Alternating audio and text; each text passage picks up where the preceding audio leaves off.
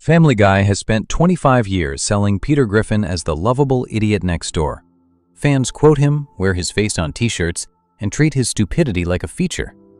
But one episode alone has 19 children dead because Peter wanted a promotion. In this video, we look at every person Peter ever killed. Section 1. The lovable idiot who keeps killing people. Family Guy premiered on January 31st, 1999 on Fox, built around a simple enough promise. Here was a show about a fat, well-meaning, not especially bright man from Rhode Island, his family, his dog, and the small city of Quahog they all called home. Seth MacFarlane created the show, voices the lead character himself, and drew heavily from the tradition of the animated family sitcom that The Simpsons had established a decade earlier. Peter Griffin, the lead, was designed to fill a familiar role in that tradition: bumbling husband, loving but useless father. A man whose heart was in the right place, even when his brain had clearly taken the day off. Early promotional material leaned into this image hard. The show's title alone frames him within a domestic unit, a family man, embedded in something warm and communal. He is not a villain. He is not a threat.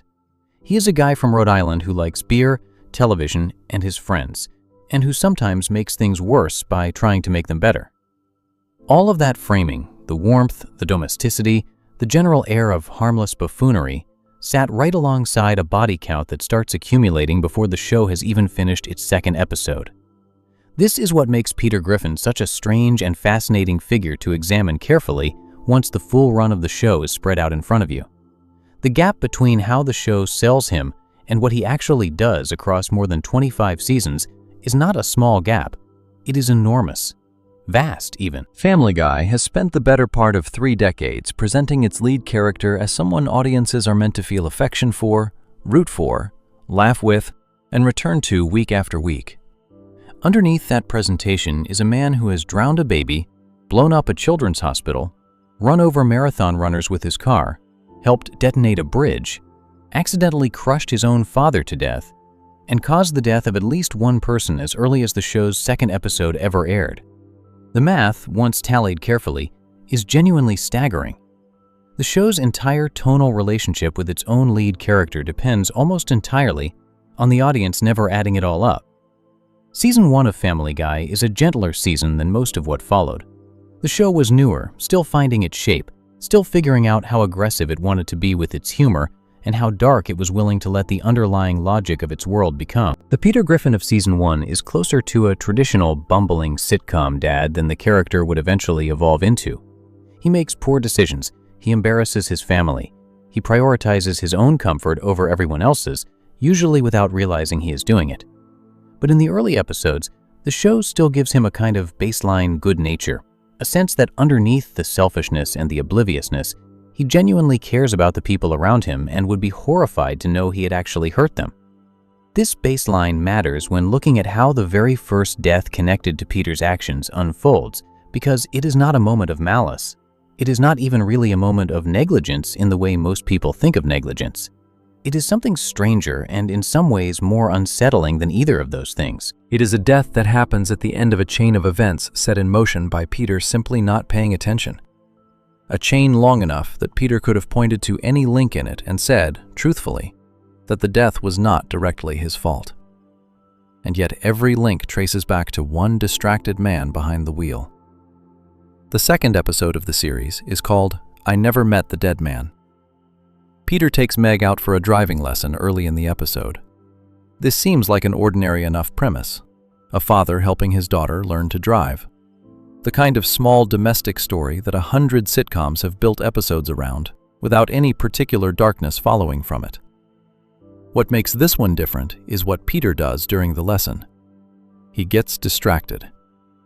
He is trying to watch television through the window of a nearby house, while Meg is behind the wheel, and in his distraction he gives her bad advice and they crash into Quahog's local cable television satellite dish, knocking out television reception for the entire city. This is the inciting incident. It seems, on the surface, like a fairly ordinary piece of slapstick. A man too addicted to television to pay attention to the road destroys the satellite, delivering that television to his whole neighborhood. The comedy is in the irony, and nothing about the immediate moment seems particularly dark. The consequences, however, ripple outward in ways the episode does not fully pause to examine, because Family Guy is not, in its early seasons, a show that spends a lot of time examining the full downstream weight of what its lead character sets in motion. Later in the same episode, William Shatner appears on the Griffin family doorstep. Shatner has had a flat tire nearby and ends up befriending Peter, the two of them heading off together to a local festival. Stewie, meanwhile, has used the wreckage of the satellite dish that Peter's car dragged home from the crash to build a weather control device of his own. Stewie's machine generates a storm. During that storm, with Lois overseeing Meg practicing her driving, Meg runs over both Peter and Shatner at once. Peter survives, hospitalized and placed in a full body cast. Shatner does not. The character of William Shatner, appearing as himself within the world of the show, dies in the second episode of Season 1.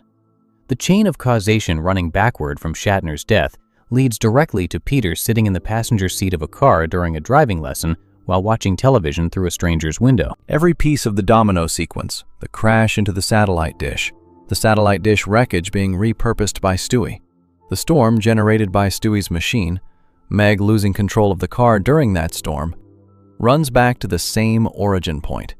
A father who was too distracted to pay attention while supposedly teaching his child how to drive safely.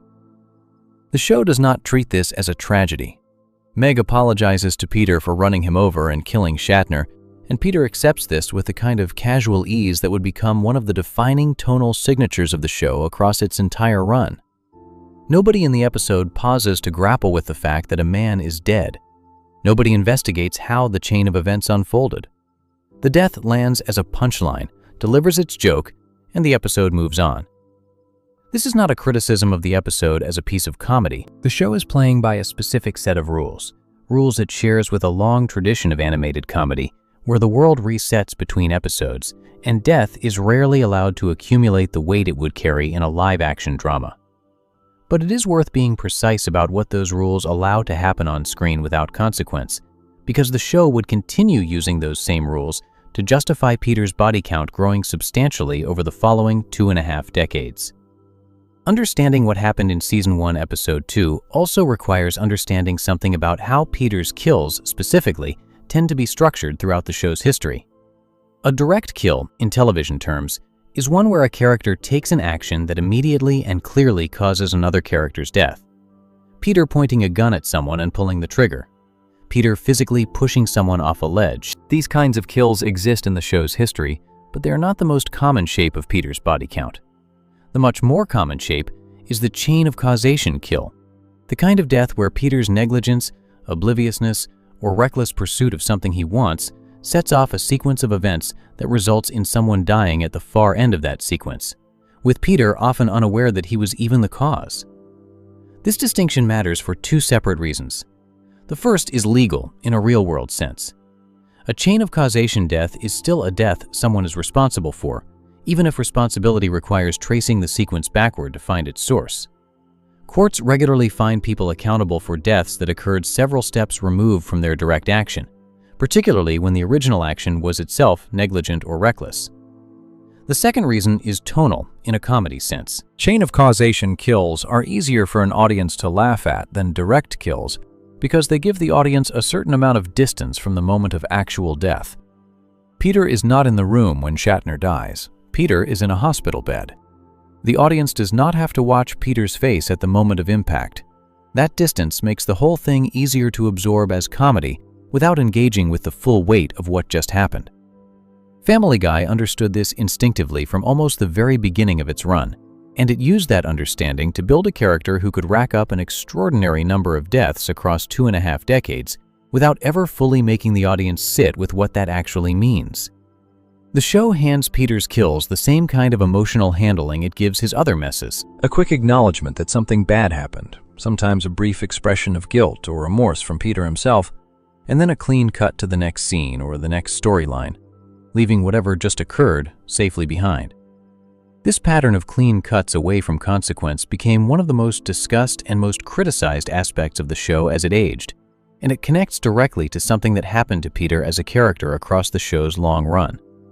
In the earliest seasons, the clean cuts felt like a feature of the show's comedic logic rather than a moral failing in its storytelling. The bumbling sitcom dad breaks things, gets in trouble, apologizes, and life resets. This is a very old and very well-established comedy structure, and audiences are familiar enough with it that the reset feels natural rather than dishonest. The problem that began to develop for Family Guy, and specifically for Peter, was what happened when the things Peter broke started including people's lives, and when the show's reset button kept working exactly the same way, regardless of how serious the thing that just happened actually was. The Season 4 episode called Petarded is the moment many analyses of the show point to as a turning point.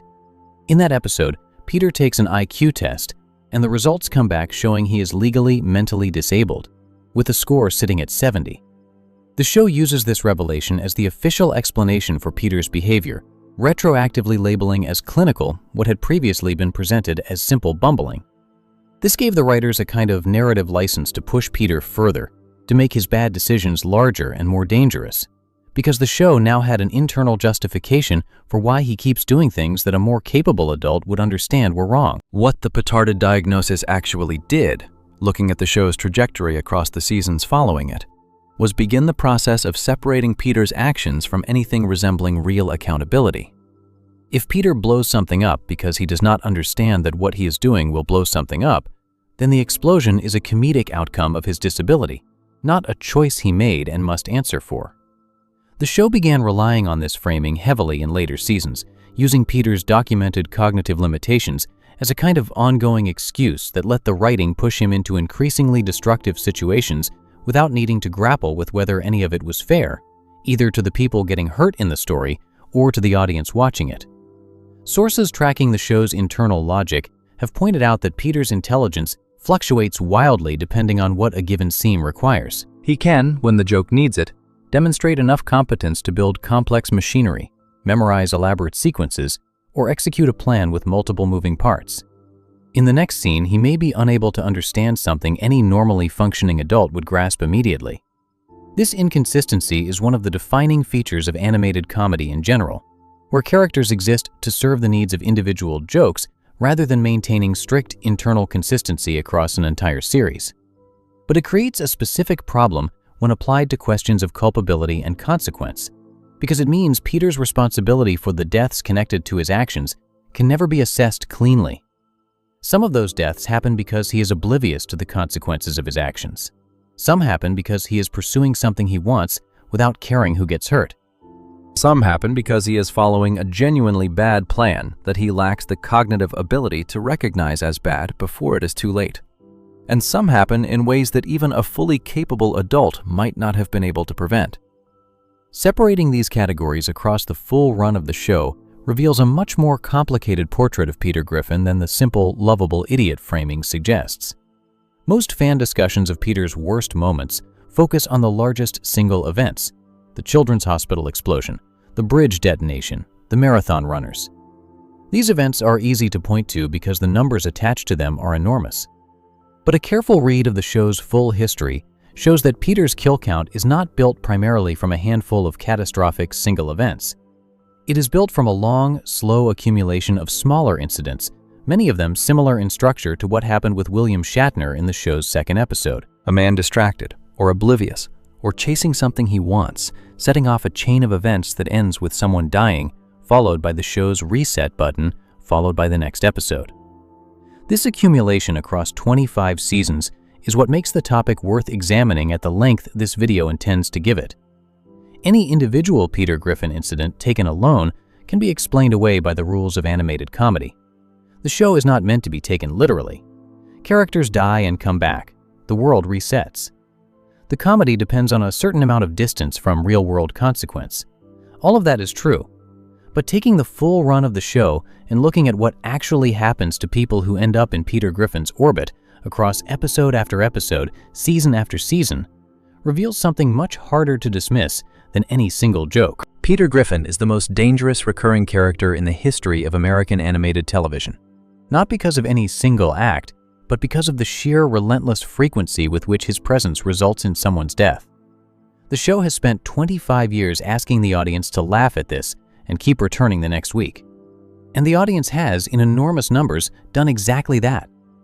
Understanding why begins with understanding where the pattern started, which is with a man who was supposed to be teaching his daughter to drive safely, watching someone else's television through a window instead. Before we move on, if you're enjoying this analysis, please consider subscribing. It helps the channel tremendously. Peter's earliest kills establish a clear pattern: obliviousness, a chain of events, and a reset button that wipes the slate clean before anyone has to sit with what just happened. But the show's second season introduced the first death of a named, recurring character, a man Peter killed at his own dinner table, that would quietly change the shape of the series without anyone at the time fully realizing it. Section 2. Mr. Weed and the Dinner That Changed Everything. Career day at a school is one of those American traditions built entirely around reassurance. Parents come in, stand at the front of a classroom, describe what they do for work, and the children are supposed to walk away with a slightly wider picture of the world available to adults. For most families, career day passes quietly. For Peter Griffin, it becomes the starting point of a chain of events that ends with his boss dead on the floor of the Griffin dining room, his body initially stuffed into a toilet, and the entire company Peter has worked at since the show's first episode demolished within days of the funeral. The episode is called Mr. Saturday Night, and it first aired on September 5th, 2001, just 6 days before the attacks that would change American television in ways the show would have to navigate carefully in the weeks that followed. That timing meant this episode, and specifically the death at its center, would sit in an unusual position in the show's early history, airing at a moment when its full cultural weight could not yet be fully processed, because something far larger arrived almost immediately afterward and rearranged everyone's attention. What happens in the episode traces back to a simple and very human anxiety. Peter shows up to career day at Chris's school, hoping to be impressive, and ends up being the least interesting adult in the room by a wide margin.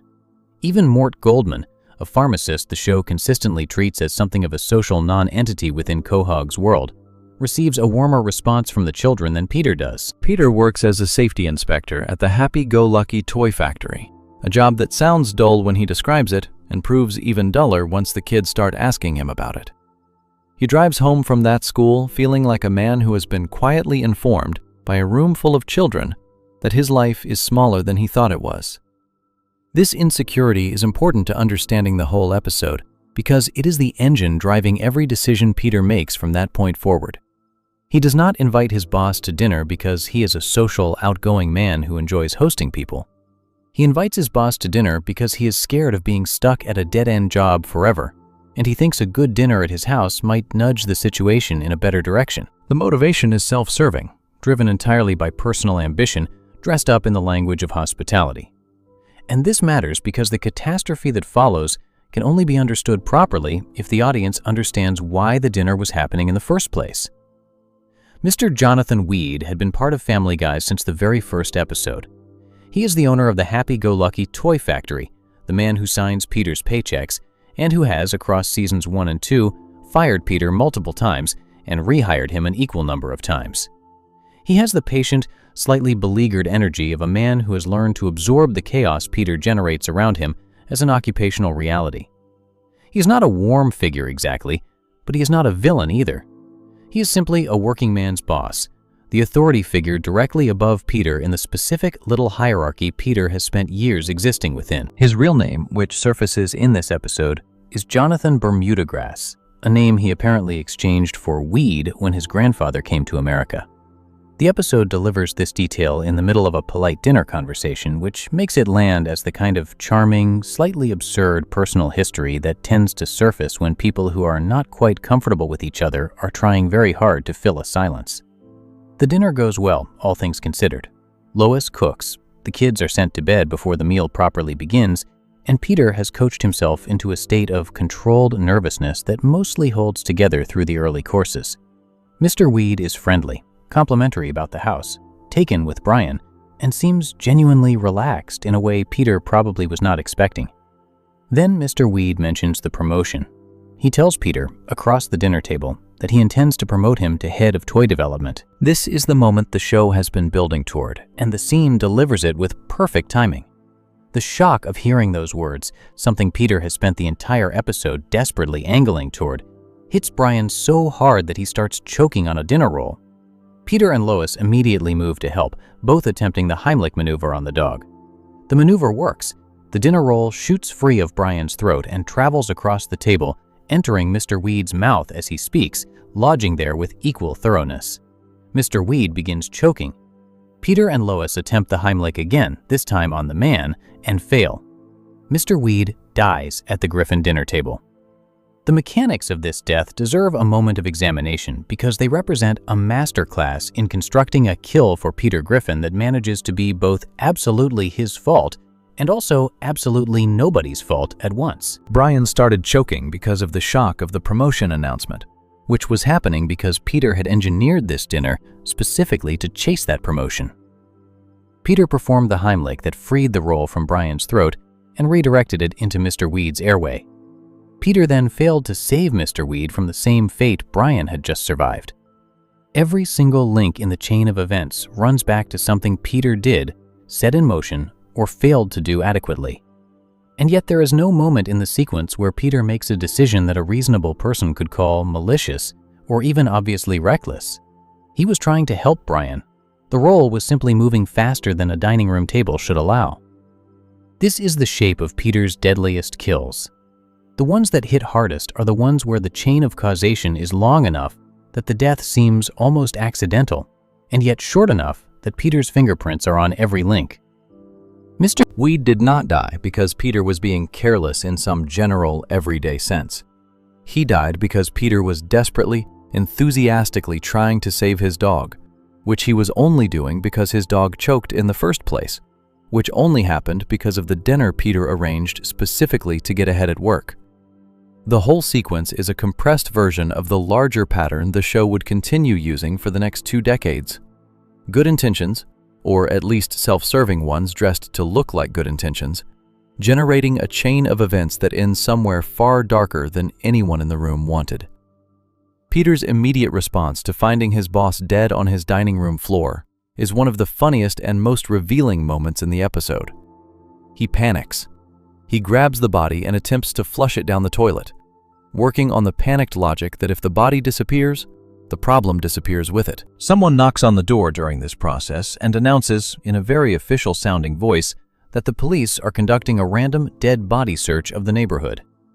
Peter's reaction to this, already mid-flush, captures something important about how his mind works in a crisis. The concern is not about the man who just died. The concern is entirely about what happens to Peter if someone finds out. This is not grief. It is the frantic self-preservation instinct of someone who understands on some level that what just happened is very bad for him personally, regardless of how it was bad for Mr. Weed. The door turns out to be the character of Death, the anthropomorphic figure who appears throughout the show to collect the newly departed. Death clarifies he was joking about the police and takes the body, with Peter evidently relieved that the most pressing crisis of the evening, the discovery of a corpse by law enforcement, has resolved itself. The show does not pause here. It moves on. A local news broadcast covers the death the following day, noting that no charges will be filed against the employee who hosted the dinner, but that the dinner roll has been taken into custody. This single joke, the roll is in custody, does more work than it appears to do. It takes the full weight of a man's death and relocates it onto the most absurd possible object, the murder weapon in the most literal and most ridiculous sense. By treating the roll as the responsible party, the show allows the audience to release any building sense that Peter should actually face consequences for what just happened at his table. The funeral follows.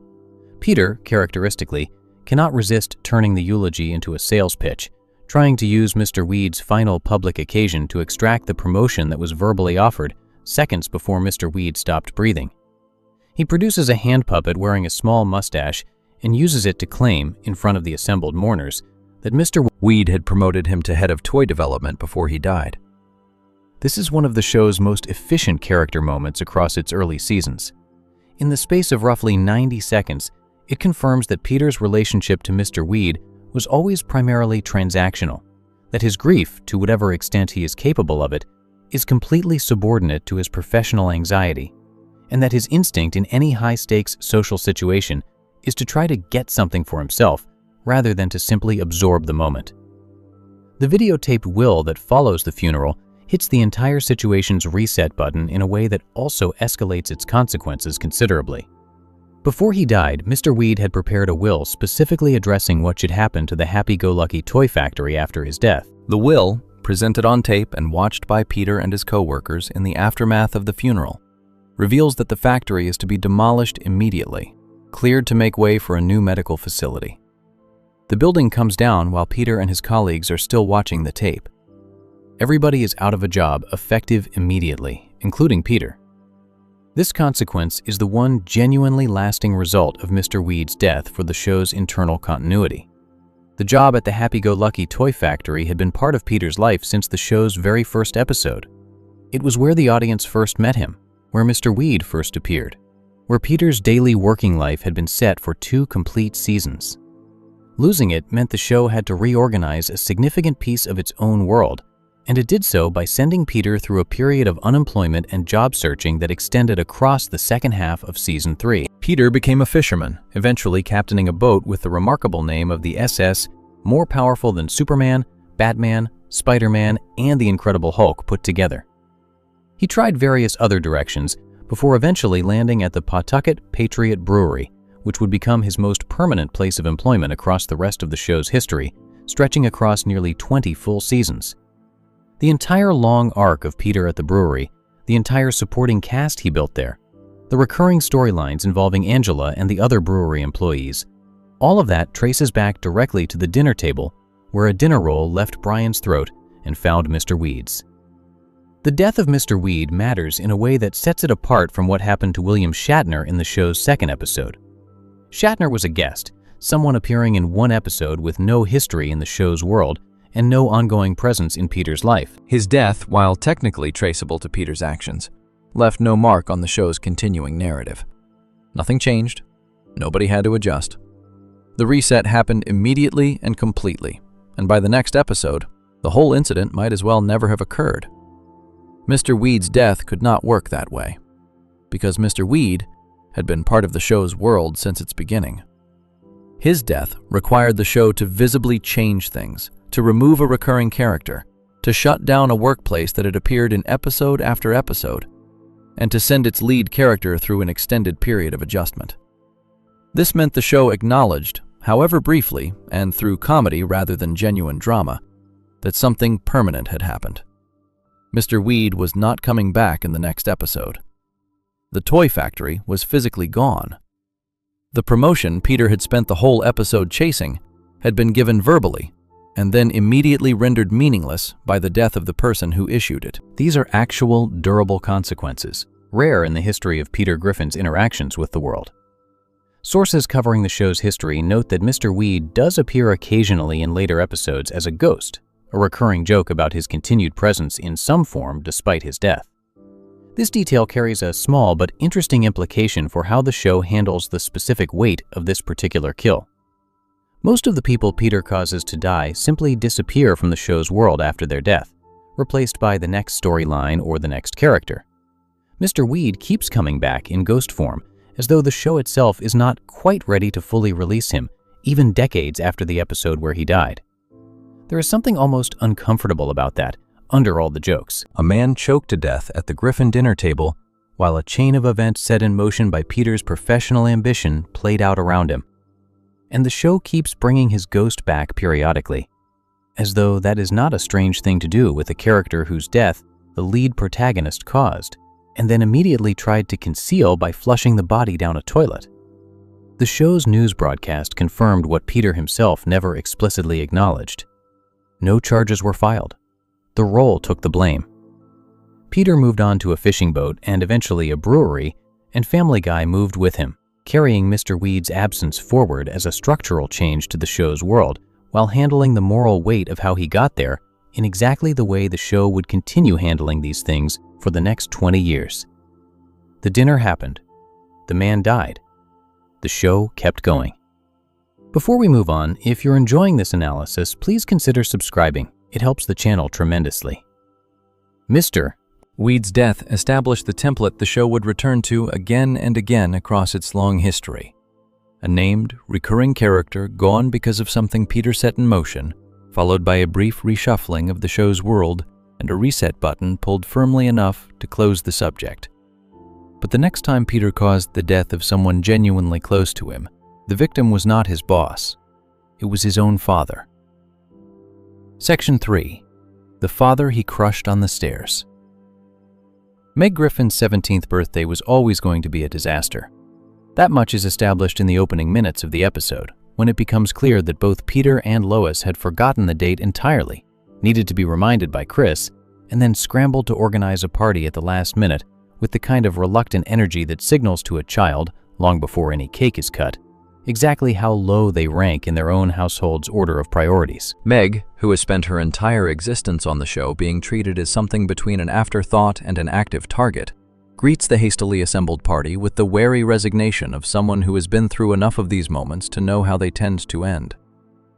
The episode is called Peter's Two Dads. It first aired on February 11, 2007, during the show's 5th season, and it carries more genuine narrative weight than almost any other episode in the first half of the series. It does two things at once that few Family Guy episodes ever attempt.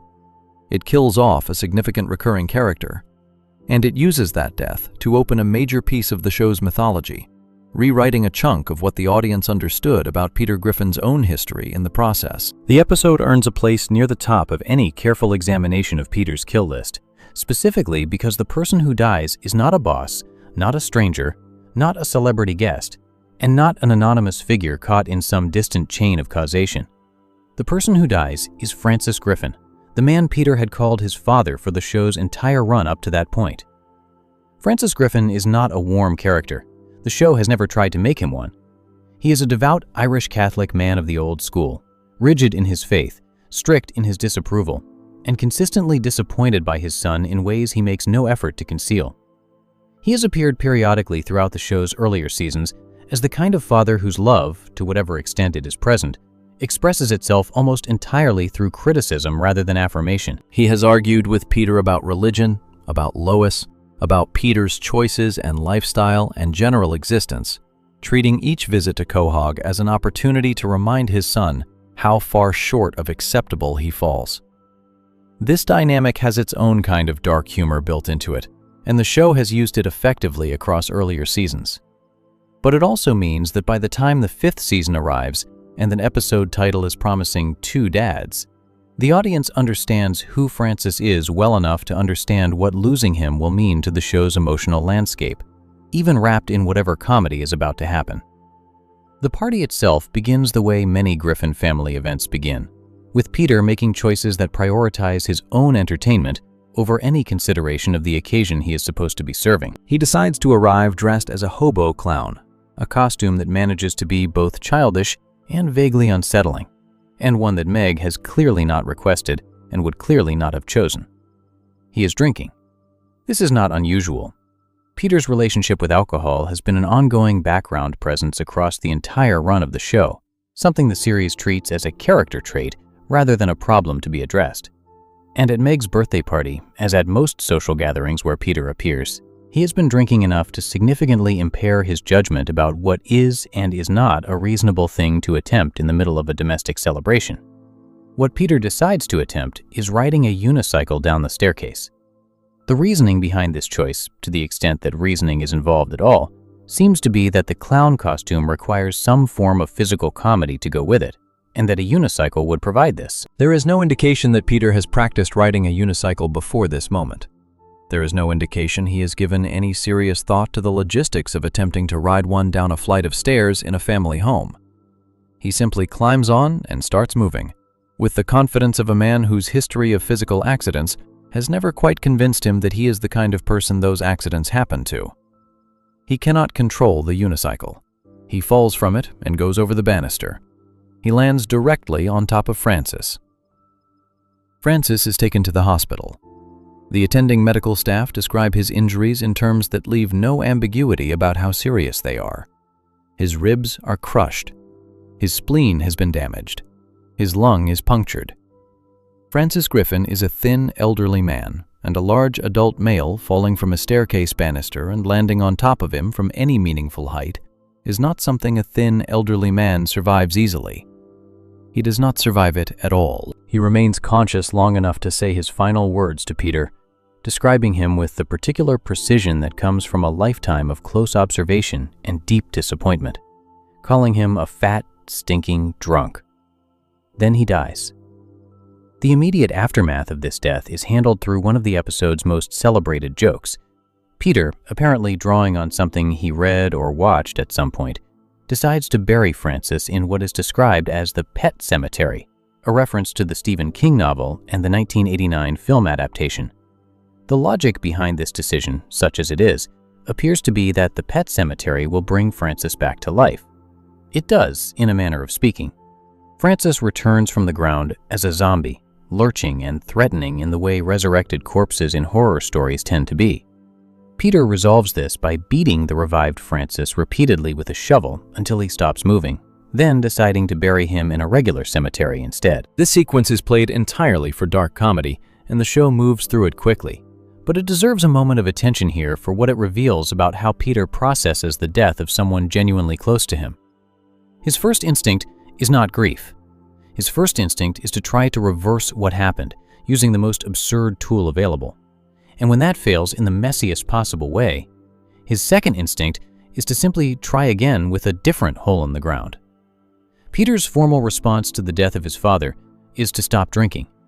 He announces this decision with the kind of declaration that suggests he understands, somewhere underneath the immediate shock, that the man who just died told him, with his last breath, that excessive drinking was the root problem. This is a brief, fragile moment of genuine self-awareness from Peter, the kind the show occasionally allows him in the aftermath of something genuinely serious. It does not last. Within roughly the same scene, Brian suggests that perhaps quitting alcohol cold turkey is not the right approach, to which Peter announces that he has found a substitute, and the substitute turns out to be crack cocaine. Brian's observation that crack is not a good substitute for beer lands as one of the episode's best lines, precisely because it is both completely true and completely necessary to say. And yet somehow Peter's version of the logic behind his choice is not entirely without its own internal consistency.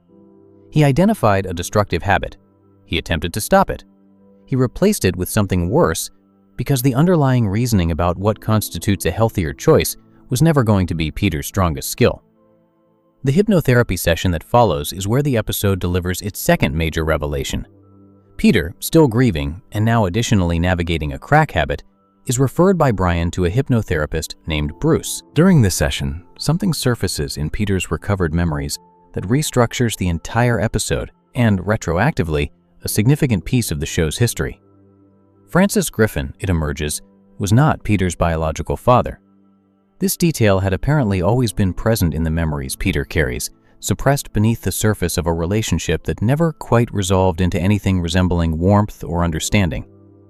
Thelma Griffin, Peter's mother, confirms the truth when Peter goes to her with what the hypnotherapy uncovered.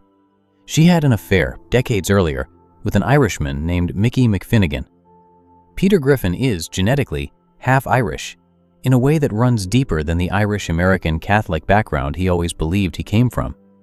This revelation adds a strange layer to the episode's emotional core. Peter killed Francis Griffin, a man who was not his biological father, at a birthday party he organized half-heartedly for a daughter he had forgotten existed until someone reminded him. Francis died without ever having been told, at least not within the show's timeline, whether his stepson knew the truth about their relationship. The last thing Francis said to the man he raised, who had just dropped onto him from a staircase railing, was a description of what was wrong with him. There is something genuinely heavy sitting underneath the comedy of all this, something the episode does not press the audience to fully sit with, because pressing the audience to sit with heavy things is not the show Family Guy had decided to be by its 5th season. But it is there regardless, running beneath the jokes like an undertow. Peter travels to Ireland with Brian to find Mickey McFinnigan. This section of the episode leans heavily into Irish stereotype in the way the show often does when it ventures into any specific ethnic or national territory. And McFinnigan is presented as a character whose primary function seems to be drinking more aggressively than anyone around him. The resolution between Peter and his biological father is built around a drinking contest, which Peter wins, which causes McFinnigan to accept him as his son based on no other evidence than the demonstrated capacity to consume large amounts of alcohol, which is an almost perfectly calibrated joke about how the show views genetic inheritance. You are your father's child when you can do what your father does best, regardless of what that skill happens to be. What this trip to Ireland also does, quietly and without making much of it directly, is close the chapter on Francis Griffin in a way that the death scene itself could not quite accomplish. Francis died before Peter knew he was not his biological father. The grief Peter experienced, however briefly and however immediately displaced by crack cocaine and zombie reanimation jokes, was grief over a man who raised him, who criticized him, who argued with him for decades, and who died at a birthday party because Peter got drunk and rode a unicycle. The Ireland trip gives Peter a different kind of closure by replacing one paternal relationship with another, finding something to move toward rather than simply sitting with what was lost. Looking at this death within the broader context of Peter's kill history, it stands apart in several important ways. It is the only kill Peter commits against a member of his own family. Francis Griffin was not someone Peter met at work, not a stranger caught in a chain of consequences, not a famous guest passing through for a single episode. He was a man Peter had known his entire life, who had shaped Peter's understanding of himself across that entire lifetime, however imperfectly and however grudgingly. Killing him requires something of the show that most of Peter's other kills do not. It requires the show to acknowledge, however briefly, that the death matters to Peter personally, that it changes something inside him rather than simply changing the logistics of his working life the way Mr. Weed's death did. The show does attempt this acknowledgement. Peter's decision to stop drinking, however short-lived and however immediately replaced by something worse, is the show trying to honor the genuine weight of what just happened. His visit to the hypnotherapist, his journey to Ireland, his conversation with Thelma, all of these represent a larger and more sustained narrative response to a death than the show typically generates from Peter's actions. Mr. Weed died, and Peter attended a funeral and tried to use a hand puppet to secure a promotion. Francis died, and the show built an entire episode's emotional arc around Peter's response to it. This distinction is not incidental. It reflects something real about how the show calibrates consequence based on how close the victim was to Peter's actual life. Strangers and acquaintances die, and the reset button comes almost immediately. Someone who was genuinely woven into Peter's personal history requires at least the performance of sustained response, even if the show cannot quite sustain it through to anything resembling real grief. The episode aired in 2007, and Francis has not been a living presence in the show since. Sources tracking the show's history note that, unlike Mr. Weed, Francis does not return as a ghost or in any other recurring form. He is simply gone, removed from the show's world by a unicycle accident at a birthday party. In the same year, his son learned he was not actually his biological father anyway. The timing of these two revelations, the death and the truth about parentage, is not accidental. The show wanted to close the chapter on Francis completely, which meant ending his life and simultaneously revealing that the relationship he and Peter had carried all those years was built on a foundational fact neither of them had fully acknowledged. It is a clean severance. A man who raised someone who was not his child died at that person's hands, drunk on a unicycle, at a granddaughter's birthday party, with enough disapproval in his final breath to summarize the whole relationship in a single sentence. Peter Griffin's kill list by the end of Season 5 already included a fictional celebrity, a named recurring workplace character, and his own father. The show was establishing, one death at a time, that nobody in Peter's orbit was entirely safe, and that the safeguards a viewer might normally assume would protect the people closest to a lead character, family ties, professional relationships, the basic logic that main characters do not tend to destroy the people who matter most to them, did not apply in Quahog the way they applied almost everywhere else on television. Before we move on, if you're enjoying this analysis, please consider subscribing. It helps the channel tremendously.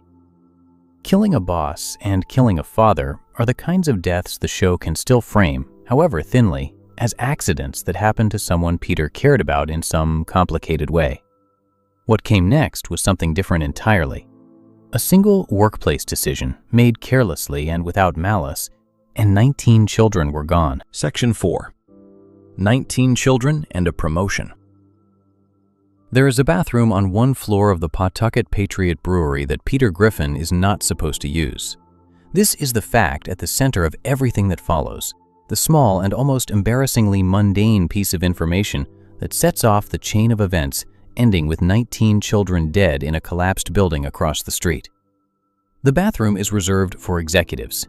It is nicer than the bathroom available to regular workers. It has better fixtures, better lighting, and in the logic of the Pawtucket Brewery as the show presents it, access to this bathroom represents a real and meaningful distinction between the people who matter within the company and the people who do not. Peter discovers this bathroom by accident, wanders in without understanding what he has stumbled into, and is immediately taken by the contrast between it and the facilities he has been using without complaint for years. This is one of the show's most efficient comedic setups across its entire run because it locates the entire coming catastrophe inside a feeling almost every working adult recognizes. The moment of discovering that a better version of your everyday circumstances has been available the whole time, reserved for people slightly above you in a hierarchy you did not fully understand until just now. The bathroom becomes a symbol of everything Peter does not have, which means getting the promotion that would entitle him to use it becomes, in Peter's mind, the most important thing in the world. The episode is called Tales of a Third Grade Nothing, and it first aired on November 16, 2008 during the show's 7th season. It was written by Alex Carter and directed by Jerry Langford, and on its original broadcast it was watched by roughly 8.5 million people. None of those viewers were watching a cartoon about a man trying to blow up a children's hospital. They were watching a cartoon about a man trying to impress his boss by destroying a rival beer company's billboard. What happened to the hospital was, strictly within the world of the episode, an accident. The distinction mattered to the show's writing. It matters considerably less to the 19 children who were inside the building when it came down. Peter's boss at this point in the series is Angela, a woman who has been his direct supervisor since he joined the brewery, and who occupies the specific role in his professional life that Mr. Weed held in the years before. She is harder than Mr. Weed was, less inclined to forgive the chaos Peter generates around him, and more explicitly aware that the man she is supervising is significantly more trouble than he is worth by any conventional measure of workplace performance. The promotion Peter wants would move him out of Angela's department and into an executive tier that would come with the bathroom access, the better pay, and the specific relief of no longer being managed day to day by someone who has run out of patience for him. Peter's plan to impress Angela is, by the standards of his planning history, almost reasonable in its initial premise. He identifies the Anheuser-Busch billboard positioned directly across the street from Angela's office window. He reasons, correctly, that destroying a competitor's advertising would be the kind of bold, company-loyal gesture that might catch Angela's attention. He then acquires explosives and rigs them to the billboard without, apparently, conducting any meaningful survey of what is located in the immediate vicinity of his target. The children's hospital is next door to the billboard. This is the detail the episode treats as both the punchline and the catastrophe. And the show's willingness to play these two things simultaneously against each other is what makes this particular moment one of the most discussed in Family Guy's history. Peter walks into Angela's office. He detonates the explosives. The billboard does not come down. The children's hospital does. Angela watches this from her window with Peter standing next to her, and the episode shows her initial reaction of visible alarm transforming over the course of a few seconds into something that looks uncomfortably like approval. Peter has done something wrong. He has done it with apparent commitment, and in the specific and deeply warped value system of this particular workplace, commitment to a bad plan badly executed can still read as initiative to a manager who has spent years watching a subordinate demonstrate no initiative whatsoever. Angela recommends Peter for the executive position. This is the moment the episode most explicitly asks its audience to sit with the gap between what just happened and how the people in the room are responding to it. A building full of children has just collapsed. 19 of them will not survive. Peter caused this, and the immediate professional consequence is that his boss decides he should be promoted. The logic here is so aggressively wrong that it circles back around into its own kind of dark honesty about how organizations can respond to visible action, regardless of what that action actually produced. Peter blew something up. The thing he blew up was not the target he was aiming for, and the collateral damage was catastrophic by any real-world measure. But the willingness to blow something up at all is, in Angela's assessment, the kind of quality she has been missing from him. The promotion is interrupted before it can be formalized. The Human Resources Department at the brewery discovers, in the course of processing Peter's paperwork for the executive role, that he never completed the 3rd grade. This is not a minor administrative gap. The brewery apparently requires a 3rd grade diploma as a minimum educational credential for executive positions, a requirement that seems absurd on its face and lands as the show's comment on how arbitrary the criteria for professional advancement often are in practice. Peter has just caused the deaths of 19 children, and the reason he cannot be promoted is a missing elementary school credential. The solution the show produces is the one the episode's title has been pointing toward from the beginning. Peter goes back to elementary school. He sits in a 3rd grade classroom with actual children. He behaves in every measurable respect exactly as those children behave, which is the joke the episode builds its second half around. He insults his teacher. He talks over other students. He ignores the curriculum. He approaches everything about the educational environment with the specific combination of overconfidence and underperformance that defines his relationship with any structured system that requires him to demonstrate competence. The spelling bee sequence, which the episode builds toward in its final section, delivers the resolution through one of the show's most deliberately absurd joke structures. Peter ends up competing against a student named Omar, who throughout the episode has been established as academically exceptional, capable of spelling words that most adults would need to look up before attempting. Omar loses the spelling bee on the word coagulate, a complex and genuinely difficult term that trips him up despite everything the episode has shown the audience about his abilities. Peter wins on the word lesbians, which he spells correctly. The episode does not explain how Peter knows this word, or how he manages to spell it accurately when he has demonstrated throughout his time in the classroom that he cannot spell much of anything else.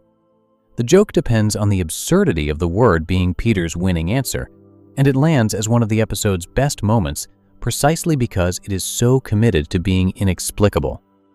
What happens after Peter graduates from the 3rd grade is where the episode finally acknowledges, however briefly and through comedy rather than drama, that the children's hospital is still a smoking ruin, and 19 children are still dead. Angela informs Peter that he will be going to jail in connection with the explosion. This is the first time in the episode that any character treats the mass death Peter caused as something that has legal consequences rather than professional ones. The FBI has investigated. Fingerprints were found. Forensic reports were filed. The episode acknowledges, through Angela's flat delivery of these facts, that 19 children dying in a building explosion is actually the kind of thing that generates a formal investigation and results in someone being held accountable. Peter goes to court. The judge finds him guilty. The sentence is 7 days in prison. The sentence is the joke, and it is one of the show's most precise pieces of dark comedy across its entire run. 7 days, ending on Sunday at 9 in the evening, which is exactly when Family Guy airs its new episodes on Fox. The judge's sentencing literally places the end of Peter's punishment at the moment the next episode will begin, making explicit what the show usually leaves implicit. Whatever Peter does will be resolved before the next story starts. The consequences of causing the deaths of 19 children are measured in 1 week's incarceration and a neat return to the status quo. The sentence is not a comment on Peter's specific situation alone. It is a comment on the entire logic structure the show uses to handle everything Peter does, compressed into a single absurdist joke. Whatever the body count, the show goes on next Sunday at 9. This makes Tales of a 3rd Grade Nothing the single most concentrated example in the show's history of what makes Peter's kill record so strange and so worth examining carefully. The death count in this episode is not one person or even a handful. It is 19 children killed in a hospital while they were patients in a building full of people whose only reason for being there was that they needed medical care. By any real-world standard, this is a catastrophe of significant proportions.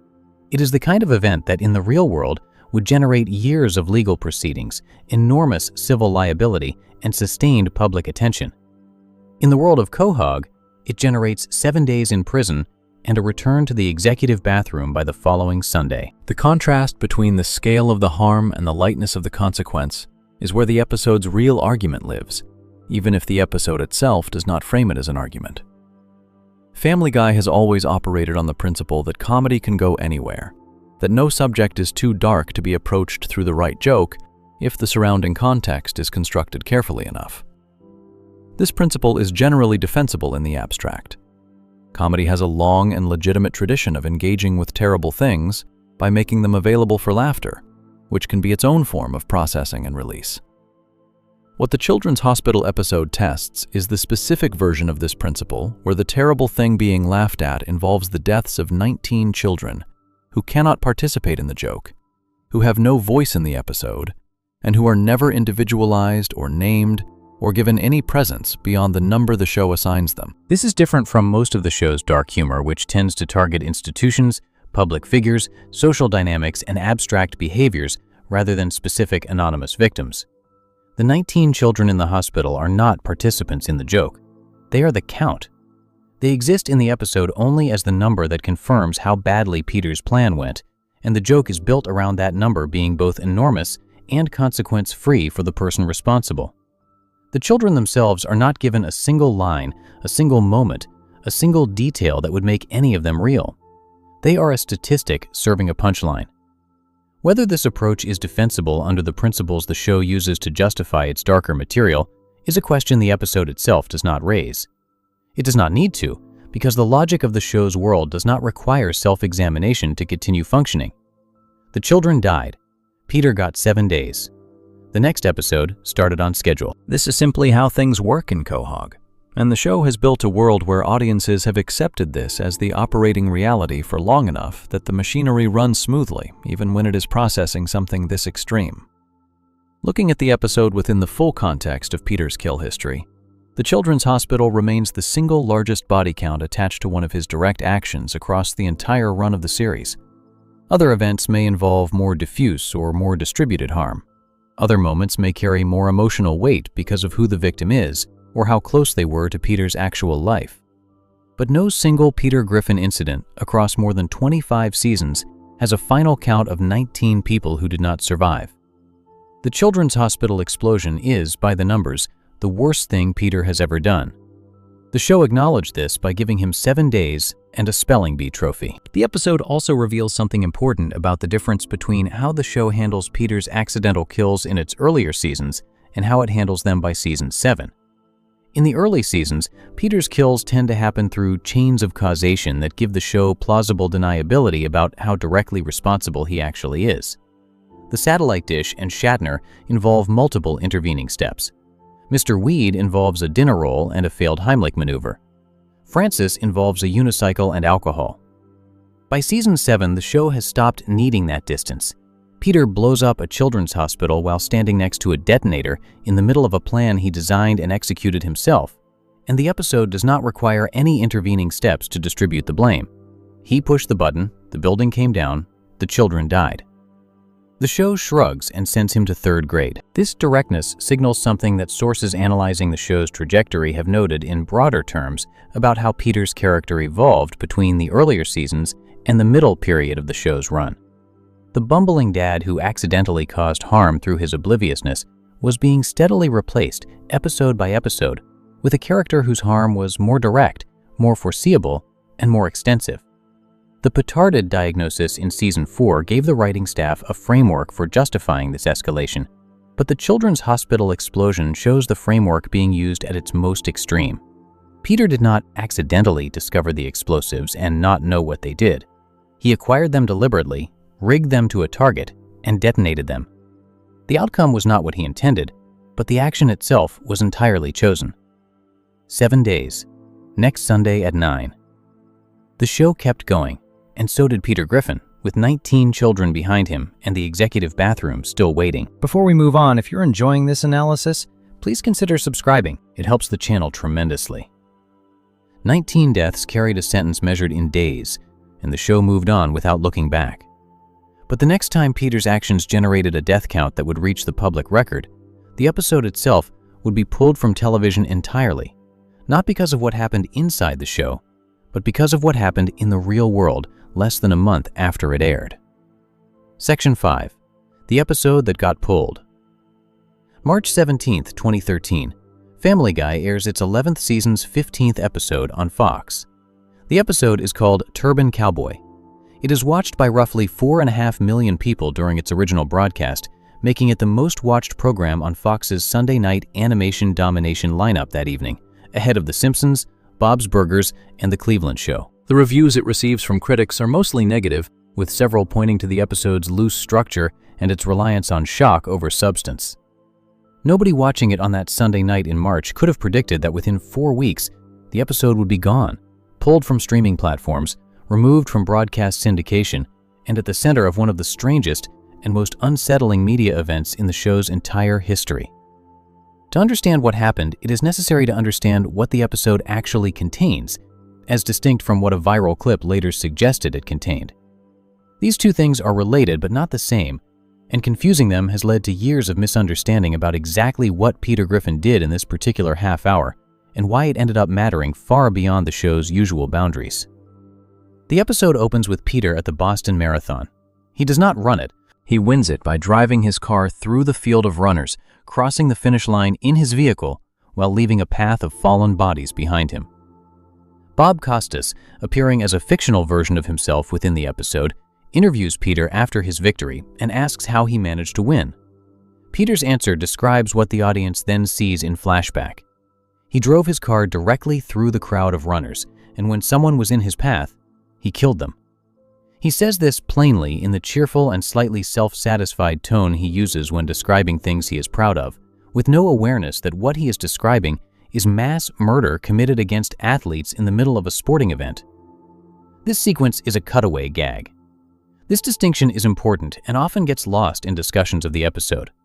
The Boston Marathon material is not the main plot of the episode. It is a brief, self-contained comedic aside, inserted to establish that Peter has done something outrageous before the actual story of the episode begins.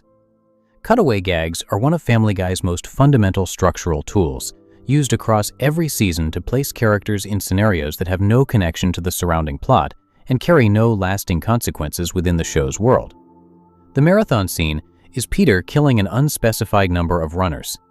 Within the context of a cutaway gag, these deaths exist only within that isolated 30-second window. The main episode does not reference them again. The main plot of Turban Cowboy involves Peter befriending a man named Mahmoud while recovering in hospital from an injury suffered during his own attempt to skydive. Mahmoud is attentive, kind, and patient with Peter in the way that makes sense for a man visiting a hospital ward. Peter, who responds strongly to anyone who gives him sustained positive attention, bonds with Mahmoud quickly. When Peter is discharged, Mahmoud introduces him to a wider group of friends, and Peter is welcomed into this social circle with the same warmth Mahmoud showed him individually. Peter, who has no instinct for caution and no radar for anything that might require it, participates enthusiastically in whatever activities this new group pursues, treating each one as simply the next thing his new friend has suggested. Mahmoud's group is a terrorist cell planning to blow up the Quahog Bridge. Peter does not understand this. He does not understand most of what is happening around him at any given moment in the show's later seasons, and nothing in Mahmoud's behavior toward him has given Peter any specific reason to re-examine the friendship. He drives the van carrying the explosives to the bridge without understanding what the van contains or what is about to happen. Joe Swanson, acting in his capacity as a police officer, works with Peter to arrest Mahmoud and the other members of the cell before the plan can be carried out. The cell is arrested.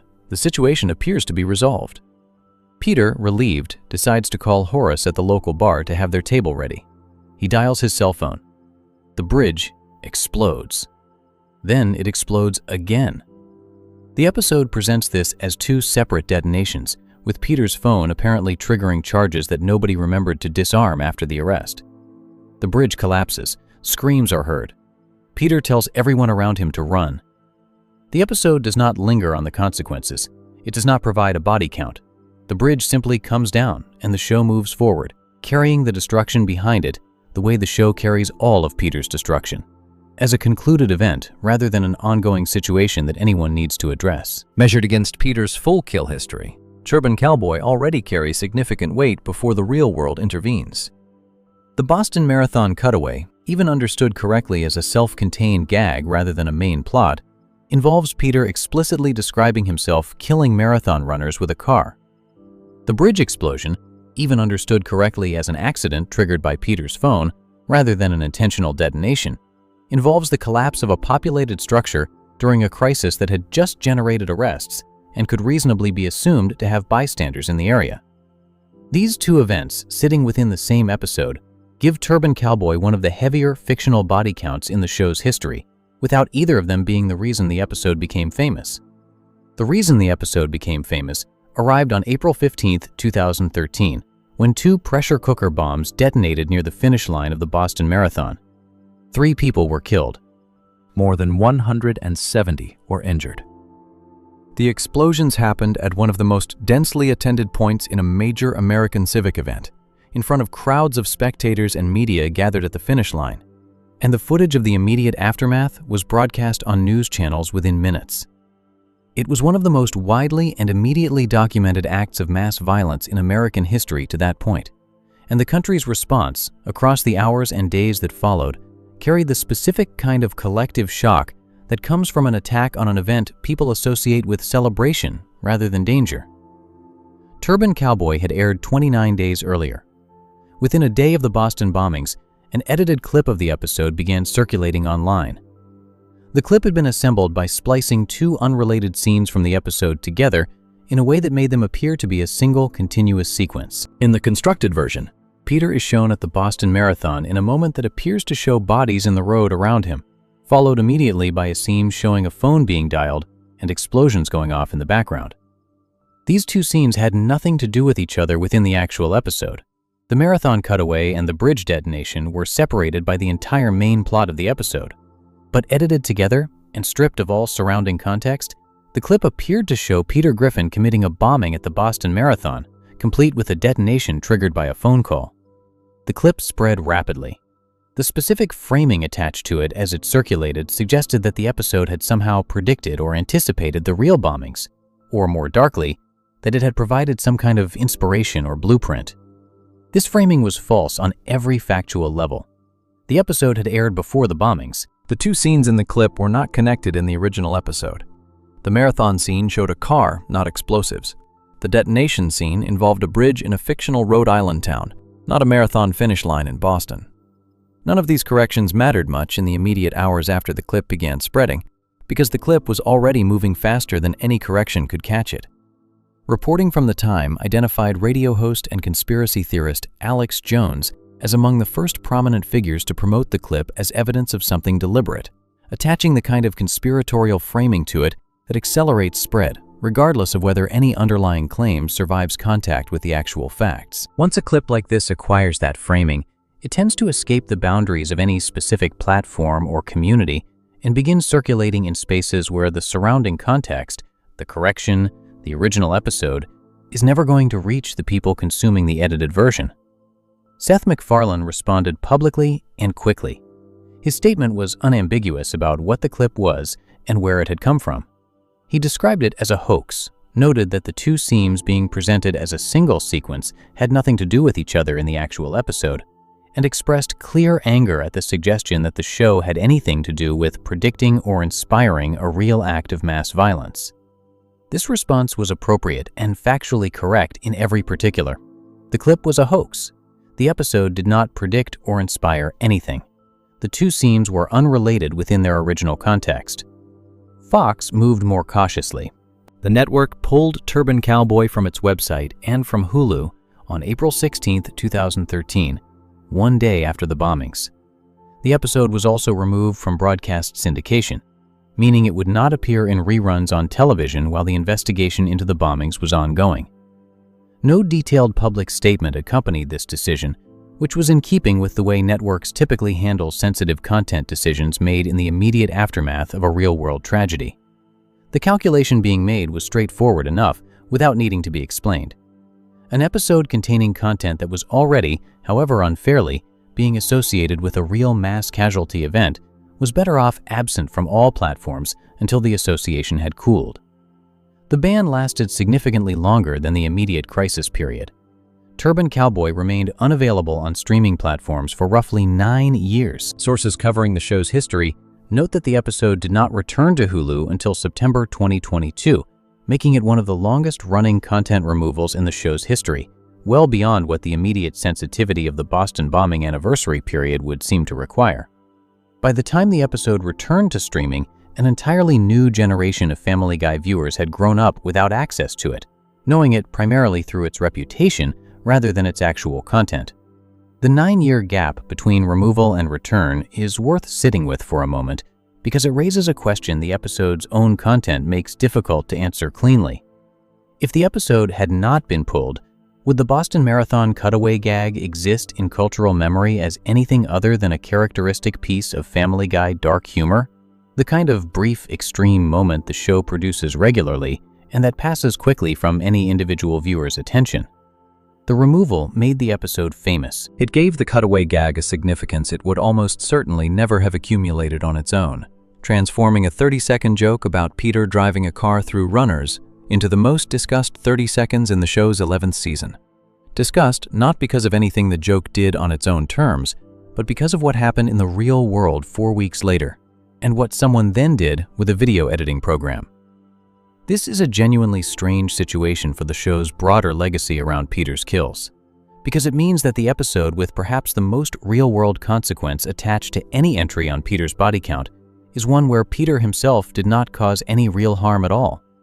The fictional marathon runners and the fictional bridge victims exist only within the show. The real harm connected to this episode was the harm done by the hoax clip, the spread of misinformation during a period of national grief, the additional distress caused to people already processing a real mass casualty event by the suggestion that a television show had somehow anticipated or enabled it. None of that harm came from Peter Griffin. It came from someone with video editing software and the decision to put two unrelated scenes next to each other.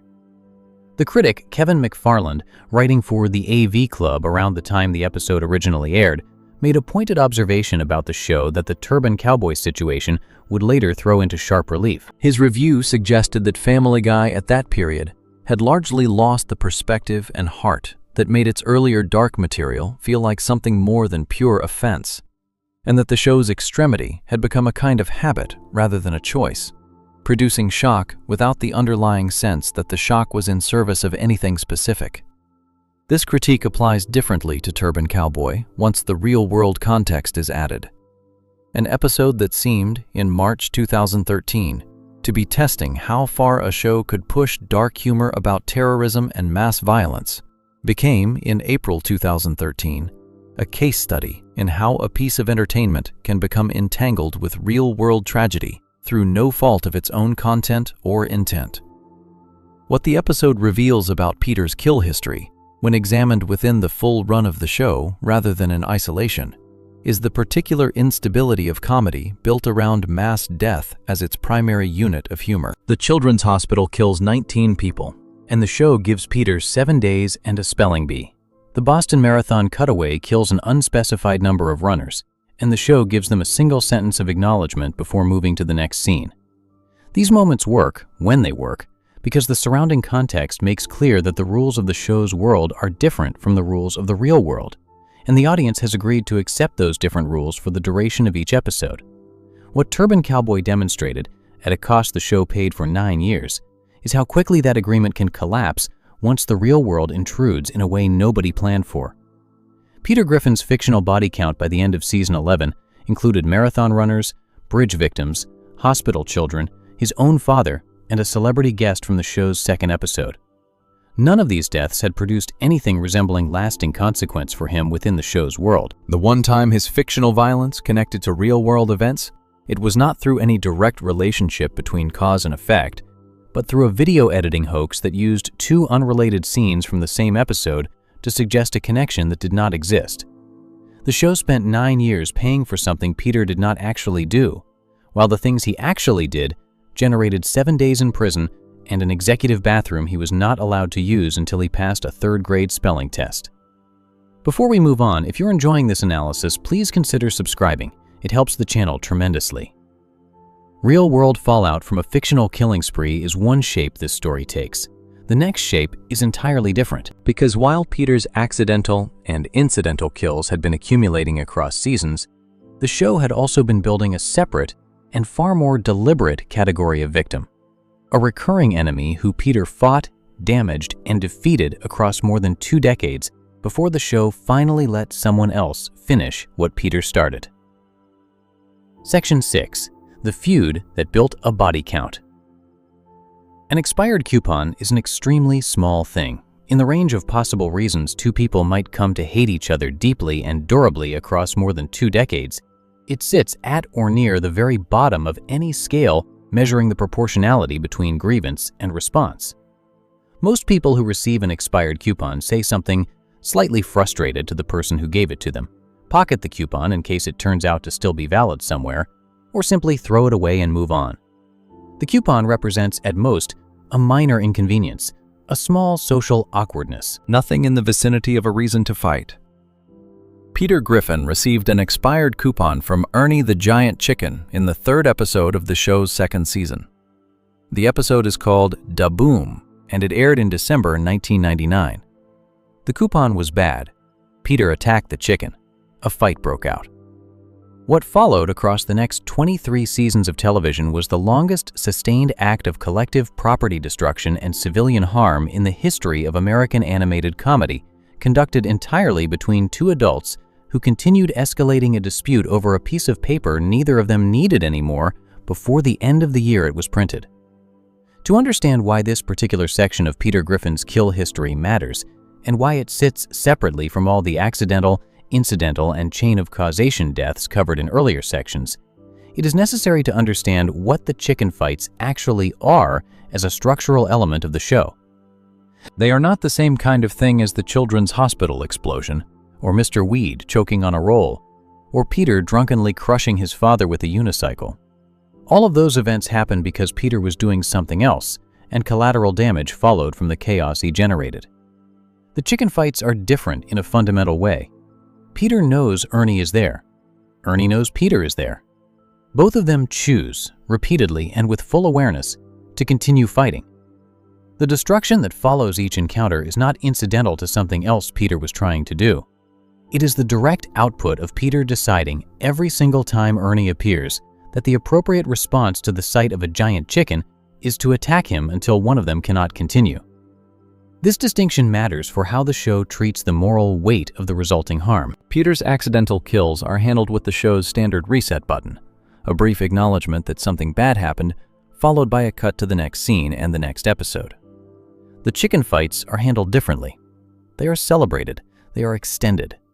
They are animated with a level of care and detail that the show reserves for almost nothing else in its entire run, with elaborate fight choreography, extended runtimes, elaborate location changes, and production investment that signals clearly how much the creative team valued these sequences. The deaths and destruction that happen during each fight are not incidental to the joke. They are the joke. The audience is supposed to admire the scale of the carnage and the commitment of both parties to continuing it regardless of what gets destroyed in the process. The first fight in Da Boom is brief by the standards of what follows. The 2 of them fight, Peter wins, and the scene moves on. This fight is primarily significant for establishing the premise rather than for its own scale. The coupon grievance is stated. The pattern is set. An enormous and essentially indestructible chicken has decided that Peter Griffin is his enemy, and Peter Griffin has decided the same thing in return. And the show has signaled that this situation will recur. The second fight arrives in Blind Ambition, the 3rd episode of Season 4, which aired on May 15, 2005, during the show's revival period following its cancellation and renewal. Sources covering the episode note that the fight in Blind Ambition causes enormous casualties inside and outside of Quahog, establishing clearly from this early point that the fights are not simply between Peter and the chicken. The surrounding city absorbs the damage from each encounter, with bystanders, property, and infrastructure all caught in the path of 2 figures who are too committed to their ongoing grudge to care about anything happening around them. Blind Ambition is the episode that turns the chicken fight from a one-time joke into a confirmed recurring structure, making clear that what happened in Da Boom was not a single incident, but the first entry in an ongoing pattern. The third fight, which appears in No Chris Left Behind during Season 5, is where the structure reaches its first truly epic scale. This fight is an extended sequence that moves Peter and Ernie through an enormous range of locations, each one representing escalating levels of destruction and collateral harm. They fight through the sewers beneath Quahog. They fight on top of a moving subway train. They fight across the exposed girders of a building under construction, high above the street. They end up in a biplane. The biplane crashes into a Ferris wheel. The Ferris wheel detaches from its platform and rolls through the streets of the city, carrying both combatants on top of it as it demolishes everything in its path. The sequence ends with the rolling wheel destroying a 10-story apartment building. The combined weight of a dislodged amusement ride and the structural impact of two fighting adults bringing the entire building down. The fight then stops. This is the detail that makes the third encounter genuinely strange and genuinely revealing as a piece of storytelling. Peter and Ernie emerge from the rubble of the collapsed apartment building. Both of them are battered. Neither of them knows at this specific moment what they were originally fighting about. This admission, made directly between two characters who have just destroyed significant portions of a city, opens an extraordinary brief window in which both of them behave like reasonable adults. Ernie apologizes. He invites Peter to dinner with his wife, Nicole. They go. The three of them have a pleasant meal together at a restaurant. For a short stretch of the episode, the entire feud appears to have resolved itself naturally through the simple act of stopping long enough to acknowledge that neither combatant remembered why they started. Then the check arrives. Peter insists on paying because his order was expensive and he feels it would be unfair to let Ernie cover the full bill. Ernie insists on paying as a gesture of reconciliation. Peter refuses. Ernie refuses. Both of them say something unpleasant during the argument over who gets to be generous, and the fight resumes inside the restaurant kitchen. Peter ends the encounter by hitting Ernie with a pot of boiling water and then beating him unconscious. The fight concludes with Peter staggering home and Ernie, left for apparently dead in the kitchen, eventually recovering once Peter has gone. This dinner interlude inside the third fight is one of the most precise pieces of writing attached to the entire chicken feud across its long history, because it makes explicit something the fights themselves leave implicit. Neither Peter nor Ernie is actually fighting about the coupon anymore. They probably stopped fighting about the coupon sometime around the first exchange of blows. What they are actually doing in every subsequent encounter is continuing a pattern of behavior that has become its own justification, fueled not by any specific grievance that could be addressed and resolved, but by the accumulated weight of everything that has happened between them since the pattern started. The dinner showed that both of them were capable of being human, or approximately human, to each other once the fighting stopped. The check argument showed that being approximately human to each other for 30 minutes was not enough to overcome 20 years of established pattern. The moment a new spark appeared, they went straight back to what they had always done. The fourth fight appears in Back to the Pilot during Season 10, but its structure is unusual. Stewie's time machine produces a malfunction that shows the fight sequence playing in reverse, starting from the devastation and working backward to the inciting incident. This reverse presentation, noted by sources covering the episode, includes an airline crash in the town square as one of the fight's collateral outcomes, placing a downed aircraft among the categories of destruction the feud has caused. Watching the sequence backward means the audience sees the full extent of the damage before it sees the moment that started it, which is a quietly smart structural choice. The reverse sequence makes the scale of the harm impossible to normalize the way forward-running destruction sequences can be normalized through momentum. Starting with an airline crash and working backward to a car door opening into a parked bicycle is a good way to make the audience sit, briefly, with the fact that whatever caused all of this was genuinely very small. The fifth fight, contained in Internal Affairs during Season 10, is the longest and most elaborately produced of all the chicken fight sequences. At 6.5 minutes, it outpaces every previous encounter in both runtime and in the sheer ambition of where it takes its combatants. Peter accidentally backs his car into Ernie's vehicle while leaving a parking area, which is all the provocation the two of them require to resume their ongoing war. During this encounter, they land on Stewie's time travel pad, which carries both of them across multiple historical periods while they continue fighting. They end up in a genetic research laboratory. They end up in space. They crash back to Earth on an oil rig and continue fighting from there. Sources covering the show's production history note that Seth MacFarlane originally intended this particular fight to end with Ernie's death, treating it as the final chapter of the feud. Peter Shin, a director who worked on the show across many seasons, argued successfully that the character should be kept alive for potential future use, including the possibility of a planned Family Guy feature film. The death was held back. Ernie survived the fifth fight, as he had survived every previous one. This detail from the show's behind-the-scenes history is worth sitting with because it reveals something about how the creative team understood the chicken fights and what they were for within the show's larger structure. The fights were not accidents the writers stumbled into. They were investments, produced at significant cost in animation time and crew effort, and the decision about when to end them permanently was treated as a serious creative choice rather than a casual one. Killing Ernie would have closed a recurring element that the show had used across more than a decade to generate some of its most technically accomplished and widely discussed sequences. Keeping him alive maintained the possibility of returning to that well whenever the show wanted to produce something that required no setup, no character development, and no plot logic beyond the sight of a giant chicken appearing in front of Peter Griffin. The Simpsons crossover episode in 2014 extended the chicken fight format into even broader territory, with Peter and Homer Simpson engaging in a lengthy brawl of their own that drew heavily from the visual grammar of the Ernie fights. Executive producer Richard Appel later noted that watching that crossover sequence made it genuinely difficult to imagine where the Ernie fights could go next, since the scale and ambition of what the format had produced by that point had reached a level the animation team was not positioned to exceed without enormous additional effort. The fights had grown as large as the format could contain. Ernie the Giant Chicken finally died in season 23 in the episode called The Chicken and the Meg. The method of his death is consistent with the show's established sense of how the feud should end, which is to say it ended messily, suddenly, and at the hands of someone who was not Peter. Meg, who had been living with the chicken family after a conflict with her father, ended up in a fight with Ernie over her relationship with his son Nugget. The scene cut abruptly to Meg holding Ernie's severed head, with the rest of his body continuing to run in the front yard for a few seconds before collapsing. Executive producers Alex Sulkin and Richard Appel confirmed to reporting outlets that the death was permanent.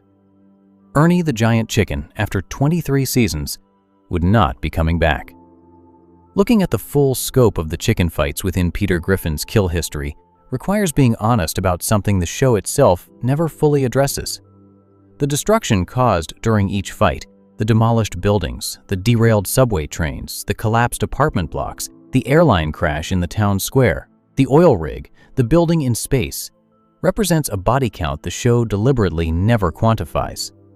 The fights are framed as spectacle, and counting the dead would undermine the spectacle by making it too serious to sustain the tone the sequences are built around. Sources covering the show's internal logic and tracking Peter's documented kills note that the chicken fights alone, if their bystander casualties were assessed against any realistic standard for the kind of destruction being depicted, would push Peter's total kill count well into the hundreds.